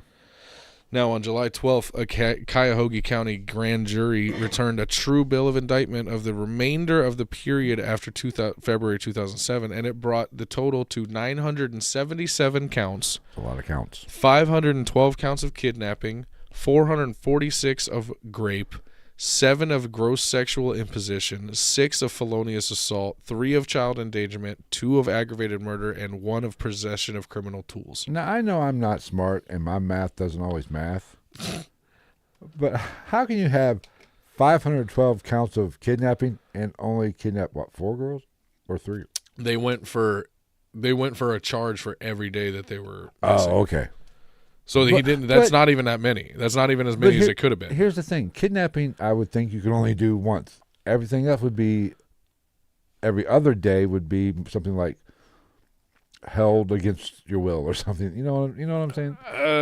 Yeah, but fuck him. That's. I'm just. Well, because I mean, a lot of people have a misconception of kidnapping anyway. Literally, like if I forcibly took you from this room to that room, there could potentially be a kidnapping charge against or me. just not letting me leave this room. Yeah. If you would not let me walk through that door. That you kidnapped me. Yeah. Now, on July 17th, Castro pleaded not guilty to the expanded indictment, and he faced death by lethal injection if convicted. convicted on all the charges. Well, there was convicting going on too, I would imagine. Unfortunately, in jail, hopefully. I guarantee it. He pled guilty on July 26 to 937 of the 977 charges. Dang. You know, that 40 Yeah. was a tipping point for him. 937 of the 977 charges against him, including charges of kidnapping, rape, aggravated murder, as part of a plea bargain which called for consecutive sentences of life in prison plus 1,000 years, all without parole. So basically, if he was Dolly He's Parton, fucked. If he was Dolly Parton, he could probably Maybe, yeah. make it. Now, under the plea deal, Castro forfeited his right to appeal and could not profit in any way due to his crimes. He also forfeited his assets, including his Seymour Avenue house, which prosecutors said would be demolished. He was told by Cuyahoga County Common Pleas Court Judge Michael Russo, quote, "You will not be getting out. Is that clear?" To which Castro responded, "I do understand that, Your Honor." Castro also made comments about his, quote, addiction to pornography and, quote, sexual problem, but was cut off by Judge Russo, who said such issues could be discussed at the August 1st sentencing hearing. A law firm representing Berry, DeJesus, and Knight released a statement that the three women were, quote, relieved by today's plea. They are satisfied by this resolution to the case and are looking forward to having these legal proceedings draw to a final close in the near future. Yeah, I bet. Granted, they're going through all this stuff, and this guy's going away forever. But could you imagine going to court, and just sitting there and looking at this fuck? I don't see. You got to be having PTSD. I think it could go either way.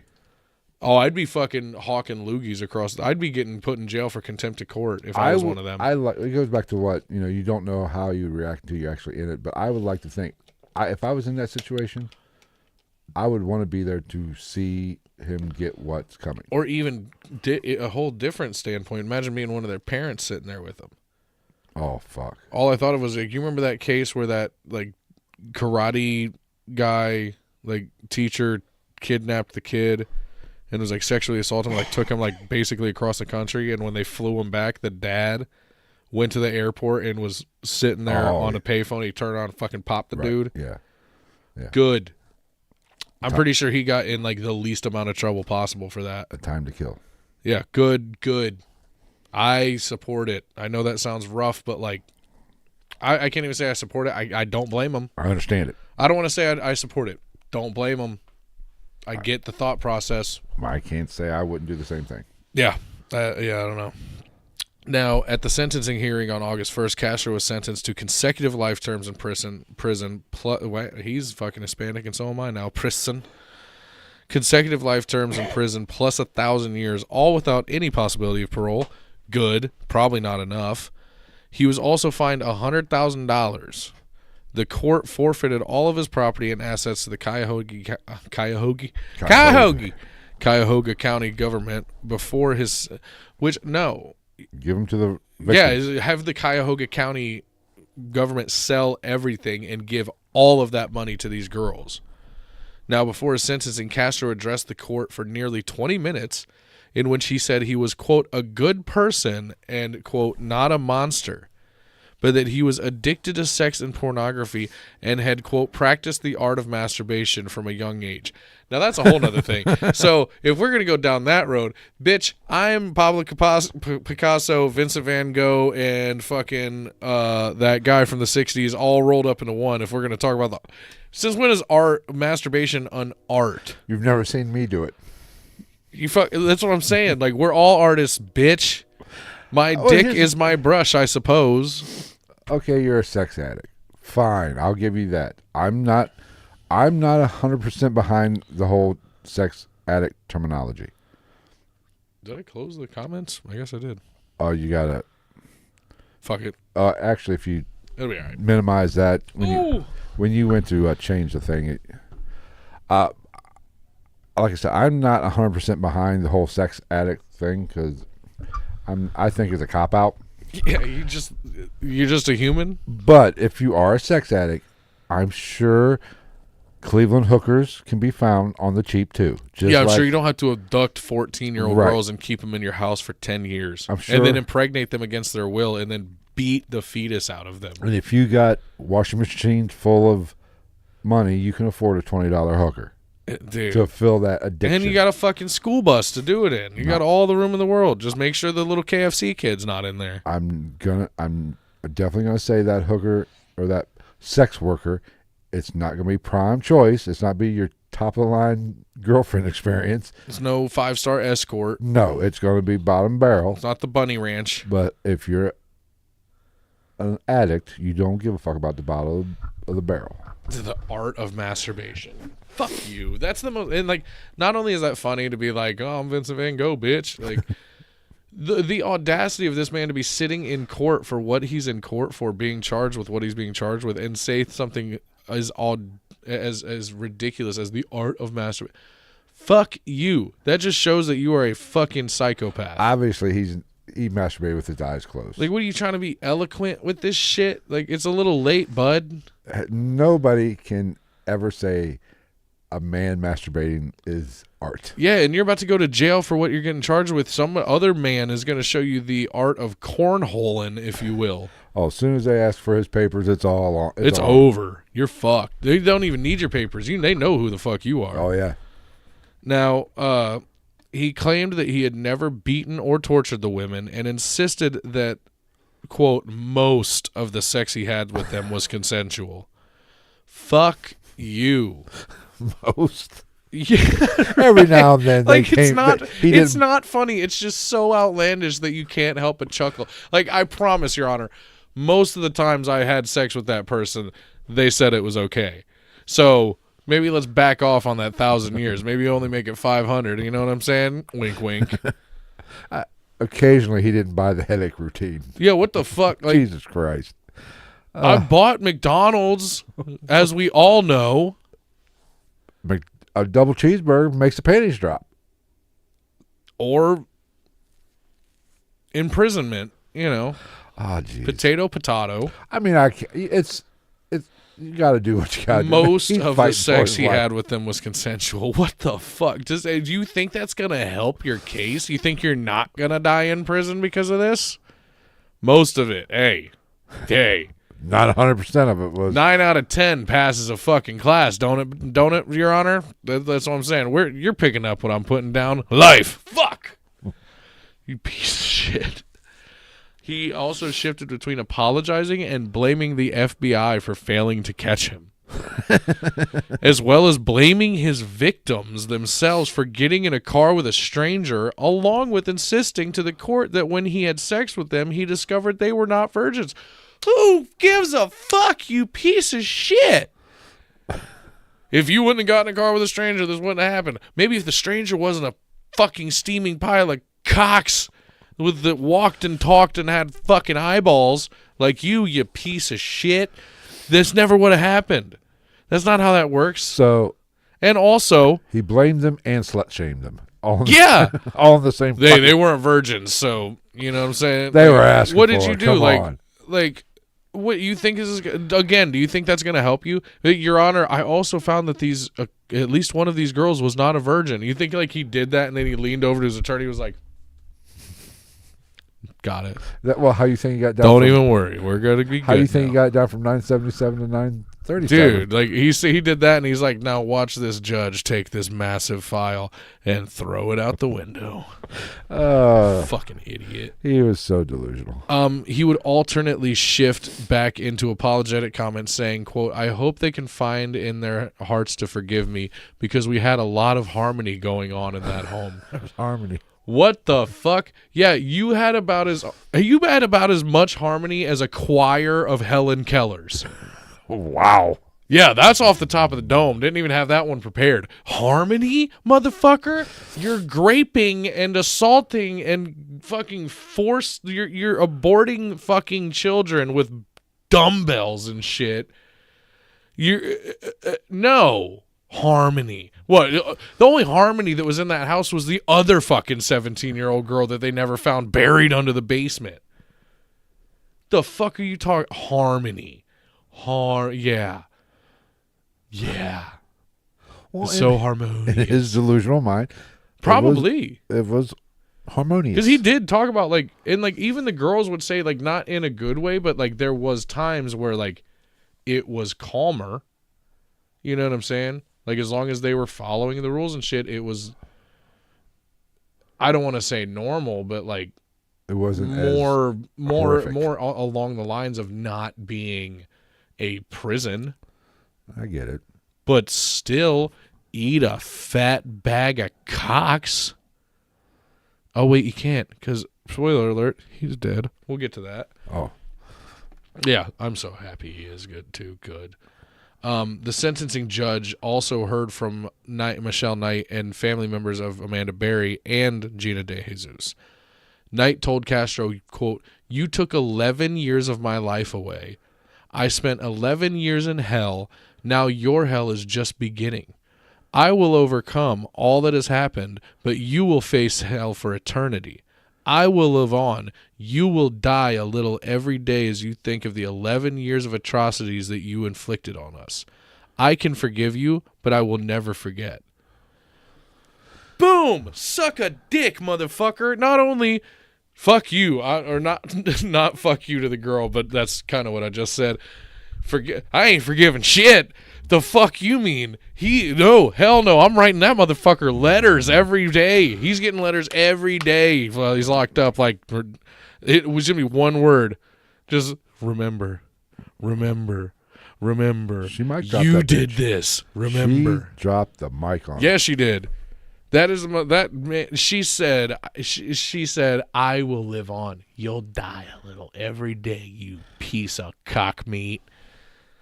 I hope she fucking had I hope she had the stank face when she read it out, when she said it in court too. She was just, and then she walked away. She said, and just walked up. Did you just spit on the courtroom floor? Fuck you, I'm out. Charge her with contempt. Oh, you think a little bit of jail time's gonna? Bitch, I did 11 years, motherfucker. I'm proven. Check my jacket, motherfucker. She'd be like, "Well, you gonna lock me up for 2 years? I'm gonna walk in there. They're gonna be like, this bitch done more time than me, and she ain't never been in the state penitentiary." Now, the sentencing judge also heard from Knight and that's literally what I just read. Derp. Now a little, post shadowing, I guess. I don't know if that's a word. Now, Knight, Berry, and DeJesus released a video statement on July 9th of 2013, thanking the public for their support. And an attorney for Berry and DeJesus said that the women, quote, "still have a strong desire for privacy," rightfully so, I hope that everybody respected that, and did not wish to speak to the media about their ordeal. The Cleveland Courage Fund is a bank account set up to help women in their transition to independent life, which had collected approximately $1.05 million at the time of the video's release. And before Amanda Berry's disappearance, her grandfather had promised to give her a classic Chevrolet Monte Carlo, built in the year when she was born. He kept the car after her kidnapping in case she was still found alive, and he still had it for her when she was released, although it was in need of restoration from having been unused. Several automotive shops offered to perform the restoration for free. We're finally getting to the good part of the story. I don't want to say the good part, the deserving outcome considering what these girls went through. Right. Now, Michelle Knight discussed some of her ordeals in an interview with People magazine 1 year after her release, as well as her life leading up to her abduction. Since her rescue, she legally changed her name and began to get several tattoos as her way of coping with the healing process. She also revealed that her son was adopted by his foster parents while she was in captivity and that she wanted to see him, but she does not want to bring him into the ordeal which she has to deal with. And planned to see him after he becomes an adult. She planned to open a restaurant and dreamed of getting married, which she did in 2016. Well, good for her. And she hopes to adopt children, as her years of abuse and torture have made it unlikely for her to ever be able to give birth again.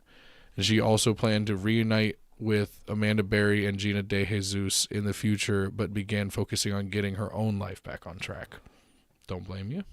I'm not trying to make a joke here at this point, but how... Go on. It would be hard to... Be normal. right, and want to be in a marriage. There has to be Yeah, but some at the same time, these PTSD. girls were still so young. You know what I'm saying? Like they still had, like they were young enough to still have that wide-eyed look on life, but they were old enough to understand that this is not what it's supposed, what love and being with somebody's supposed to be. And this is what, I don't mean it to be funny, but maybe it might. Can you imagine being the man that married a woman? Dude, I would be walking on some serious motherfucking eggshells. you would have to be a certain type of person. And before I say this is in no way a derogatory outlook on these girls at all, but you would have to be a very special type of human being to have to be able to live with and thrive with one of these women, and also cope with the damage that's been done to them. Right. Yeah. I mean, it was And again, that's in no way a blaming them for like anything. that's not like a scathing indictment on these girls. By all means, they have every right to have any type of mental hangups and problem. Or I don't want to say problems, but long-lasting scars from this situation. But like you really would have to be a very specific type of human being to be able to have a lasting, successful relationship with one of these people. And kudos to whoever, Because these guys. Anybody that's ever been in a relationship knows there's ups and downs, and there's arguments. Me and Better Half literally got into an argument about Monopoly Go today. Yeah. Like, relationships have their ups and downs. And But- when you sprinkle in something as atrocious as this, But again, and can you imagine, I was wrong. Can you imagine being upset with one of these women if you're in a relationship, And like raising your and voice raising or your something voice? like that. And they just like, Yeah. Oh shit. Oh sorry. yeah, like, That would be which you'd be like, is totally understandable for them to have a certain type of Right, reaction yeah. to somebody acting like that, but it's also totally understandable in that, like, that's a natural human reaction sometimes. right. Yeah, it takes a special. I mean, I'm sure over years the trust is formed, and like they're probably more normal than we would expect them to be by this point. You know what I'm saying? But like in the beginning, could you imagine like you meet off of Tinder or Bumble and it's one of these girls, and you're just like, so tell me about yourself. And 20 minutes, like an hour later, there's like 4 empty scotch glasses, and you're just sitting there with like a half burnt cigarette, like. And they're like, so, what do you do for work? No. I would love to see you again, but I'm going to have to call it tonight and go home and digest this. I'm probably going to cry a little bit. I'll call you in the morning. Yeah, but I mean, think about a man who is into a certain type of sex. Yeah. Oh, yeah. You know, you could not do that with. I would And imagine. understandably so. I would imagine you would have to take away your preference, for lack of a better term, Yeah. because these. Didn't even think about that aspect. You know, and I'm not trying to be a dick, but I mean, Or do you think it makes it even worse? Because you're like, that guy's like, oh, yeah. And they're like, you fucking pussy. You call that hitting someone? okay, now the jokes come in. I do. You're right. I'm not even saying that strictly to be funny, but like that could be a thing too. Like, what if they're just like, they could quite possibly emasculate the shit out of these men and be like, you're a fucking bitch. Can you imagine if you're with a woman that's been through this situation and you're being very sensitive about it over time? Then Like, I said I wanted it rough, motherfucker. Like, then one time she goes, let's role play a little. The next thing you know, you're like, oh, I ain't doing that. No, nope, ain't happening. yeah, like, what are you talking We're about? reversing the roles here, bitch. Slightly stabbing me in the shoulders like second base, pussy. Thought you went to state. Oh God. Oh no, but and also It's an, like, that all would jokes be- aside, is an interesting thought process. That There's is- an interesting kind of, you know, drop in the ocean that Right, is yeah. this bullshit. you'd have to understandably treat these women in. Completely, like, You have to be very understanding, Yeah. because they're going to be. and rightfully so. Everybody's going to have scars from this. Be Yeah. traumatically fucked up, for lack of a better term.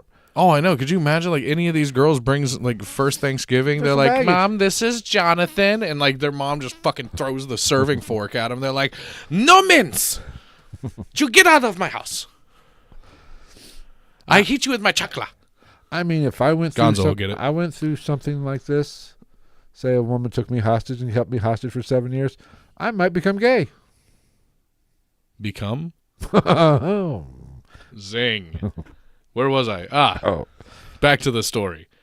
Now, Amanda Berry and Gina DeJesus received honorary diplomas from John Marshall High School in 2015. Oh, that's right. Yeah. Yeah. Good. That's good. Cool. In an interview with WKYC, DeJesus says that she was volunteering for the Amber Alert Committee, offering comfort to families of abducted children, and she remains in touch with Amanda Berry and her family. In February 2017, Amanda Berry joined the staff of Fox affiliate WJW in Cleveland, where she hosts short, recurring segments in which she reports missing person cases excuse me, in order to help families reunite with missing family members. And in April of 2019, Amanda Berry reunited with Charles Ramsey 6 years since her rescue at an interview that was broadcast on WJW, which I told you I watched. Was great video. The house is no longer. They tore the house down and they wiped it from Google Maps and shit like that. That's like the landscaping's still there, but the house gone. Good. And as part of the plea bargain, again, they demolished the house in 2013, like the same year that it happened. And Michelle Knight was present at this demolition and handed out yellow balloons to spectators, which she said represented missing children. And the balloons were released before DeJesus's her aunt herself got to swing the fucking crane to start destroying this house. That would be awesome. Right? Now, we get back to Ariel Fuckboy Castro. He was found hanging from a bed sheet in his detention cell at the Correctional Reception Center in Orion, Ohio. Been there plenty of times. On the evening of September 3rd, 2013. 2013? God damn it. It is. It's in Piqua County. 1 month into his life sentence. He was 53 at the time of his death. Wait a minute. This pussy can only make it 1 month. The girl's made it 11 years. He can only make it 1 month. Prison staff performed CPR on him. Why? Sure they did. With their dicks. Before he was taken to the Ohio State University Wexner Medical Center in Columbus, where he was pronounced dead shortly after. The following day, Franklin County Coroner Jack Gorniak announced that the preliminary autopsy had found the cause of Castro's death to be suicide by hanging, and he was later cremated. They should have just thrown him in the fucking, just throw him in a ditch. Hold on, Gonzo's has showed up. Yeah, he's being a little baby wanting attention. Or you should have showed up when there was attention time. Now is fucking the end of an episode where I'm finishing up this story. The heat's on. We're not going to die. Where was I? On October 10th of 2013, the Ohio Department of Rehabilitation and Correction released a report which suggested that Castro may have died accidentally from autoerotic asphyxiation rather than suicide. Gorniak rejected the possibility, standing by her ruling of suicide, and the report also said that 2 prison guards had falsified logs documenting their observation of Castro hours before he was found dead. He was not on suicide watch at the time of his death, but had been subjected to routine checks every 30 minutes due to his notoriety. So, what are we saying? Maybe we Epsteined him? A consultant's report was released on December 3rd and officially concluded that, quote, all available evidence pointed to suicide, including a shrine-like arrangement of family pictures and a Bible in Castro's cell, an increasing tone of frustration in his prison journal, and the reality of spending the rest of his life in prison while subject to constant harassment. The Ohio State Highway Patrol also reviewed the case and reached the same conclusion. I would venture to guess the guards took him out, and I don't blame them. I would not. I've actually heard through the grapevine from people who were doing time around this time that that's what happened. Really? Yeah. It wouldn't surprise me. Good for them. Now, before anybody tries to reach out to me, couldn't tell you the name of the person that told me that. I honestly don't remember. But I don't. If that's what happened, I don't blame them. Or even if they, honestly, even if they just fucking pop the cell and let some people in there to do whatever the fuck they want, and fuck him. Yeah, I mean, he's just taking up oxygen for no reason. If the guards did it, give him a medal. They deserve a agree. raise. They should get They should get early retirement. And here's the thing: people like that are gonna have a hard time in jail. Oh, he would have been. He would have ended up dead anyway. Oh yeah, he was gonna get. He either would have ended up dead, or he would have ended up really fucked up, and he would have been in some type of protective unit with like former cops and shit like that. And I bet you even they would beat the holy shit out of him every day.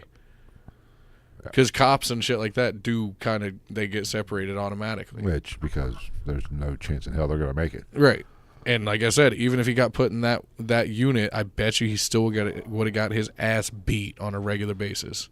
Because I don't know much about prison, but what I do know is they don't take kindly to people coming in that have done things to kids. Mm-hmm.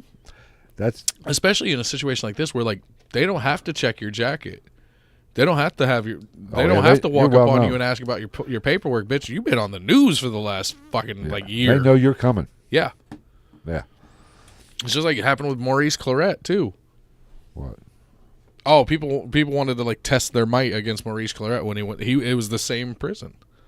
Oh, really? My brother was locked up there when Maurice Claret rolled through, and a bunch of people were talking about how they were going to fuck Maurice Claret up when he got there. Because he was the CRC up in Orient is just a reception center. Yeah. Very few people stay there to do time.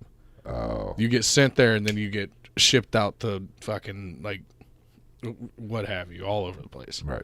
Some people do get to stay there. If you're short time or like I know they had some guys from like fucking Mansfield or some shit like that after the riots and some people that have like left gangs and stuff like that. But nothing happened with Maurice Claret. He rolled up. Wasn't he just for?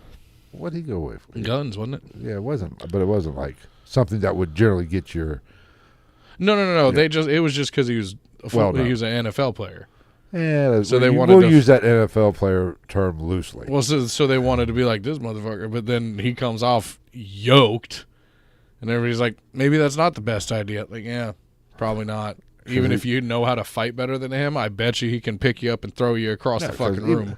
Running backs at that level are still pretty fucking big. Bigger than your average motherfuckers. Yeah.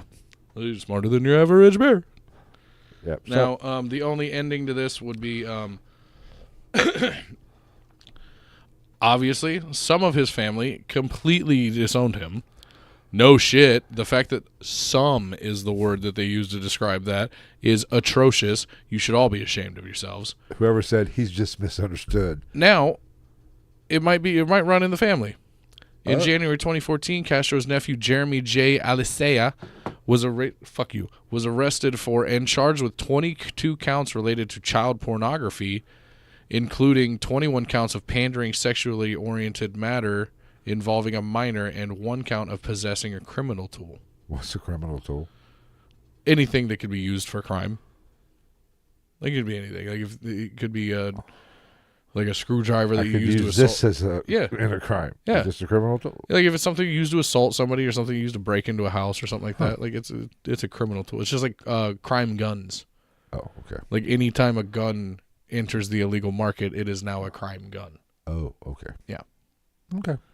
Now you know. So that's the story of a massive piece of shit. All's well that ends well. This is one of the weird. This is a horrific story that actually has a good ending. Most don't end this way. You know what I'm saying? Most true crime stories that would get covered do not end this way. With him being dead, which he should be. Well, and the victims, still alive. Mm-hmm. Well, 3 or 4 of one of them did. There was one body found, right? Mm-mm. Oh, I thought there was one body found. No, the 3. Not that I found. Oh, okay. But so the victims. The 3 girls made it out. The unborn children, for the most part, did not. The victims survived. Seemed to be, what we could tell, well adjusted. Mm-hmm. Didn't go down, that we know of, a bad path of their own due to their experience. Yeah. This douchebag got what he deserved. He did. All's well that ends well. Minus the horrible emotional scars that these girls have to live But with. like for I the said, rest of their lives. It seems like they're dealing with it the best way they're possible. trying to at least. I mean, you know what right. I'm saying? Like I said, I'm pretty sure there is or was a book at least in the works at some point. I don't know how about that. I'm glad that they added in the stipulation that he could not financially benefit from any of this. Well, see, I think that's part of the. That's in the law now. It might be I now. think they've made that to where you can't. Nobody can financially benefit from the crime now. I think. Maybe I'm wrong. Maybe I'm. Well, you making that can. I just don't think the person who committed the crime can. Well, that's what I'm saying. In jail, the person. Just ask Edward James Olmos, the guy that almost got killed over making a movie about the Mexican mafia. Oh yeah. Thanks. He said, "I told him, Eddie, you can't do that. I'll talk to him. I'm Danny Trejo. Yes. So, my face looks like a fucking topographical map." But he's a bad motherfucker. I love Danny Trejo.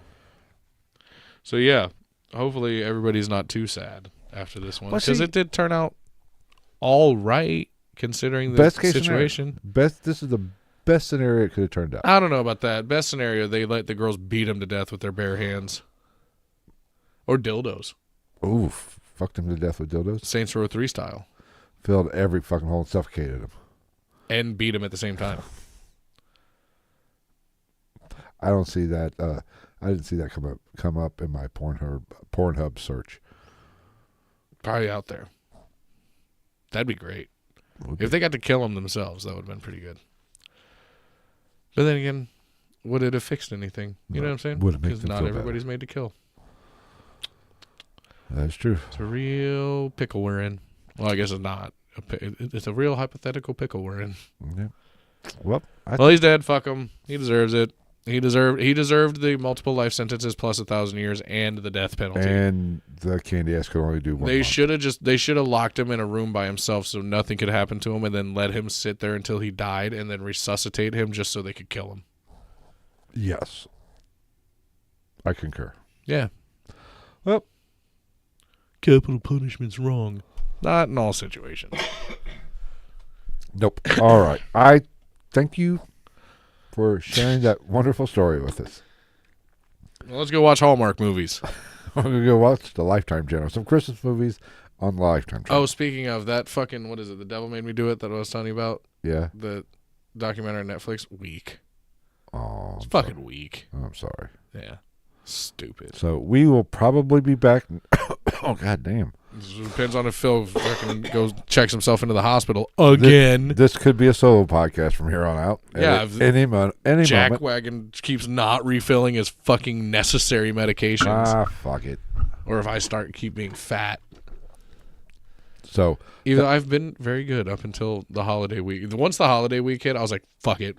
I'm eating snacks and shit. We're fucking picking out. I went back to it after Thanksgiving, though. I've been to the gym twice since Thanksgiving. Yeah, me too. Wait. No, once. I went the day before Thanksgiving, and then I went. Wait. No, yeah. I went the day before Thanksgiving, and then I went Friday and Saturday. Yeah. So Did you go Friday? Twice. Yeah. Okay, then you've been twice. Yeah. Good job. You get a cookie. Loser. All right. We are out of here. Thanks to everybody in the live stream chat room on YouTube. Spotify and stuff. Check us out on your favorite podcast app. And also go over to YouTube and subscribe to the YouTube channel, and you can join us live. We will see you next week. And leave us reviews. Hopefully good ones. And if bad, just make them funny, and we'll talk about it. Yeah. What the fuck? Oh, apparently that's all I had to do. Yeah, you said to click on it. Yeah. So, All right, so Gonzo's here. We'll see you guys next week. Gonzo, come fucking early next time. Be on time. Yeah. So, We gave a. Oh, did you end it already? no, I haven't hit yes. Oh, okay. I mean, we gave ample time. We've been here for over 2 hours. Yes, we've actually been We started live. at like 8:50. Yeah, so, hey, we're doing our part, guys. We'll see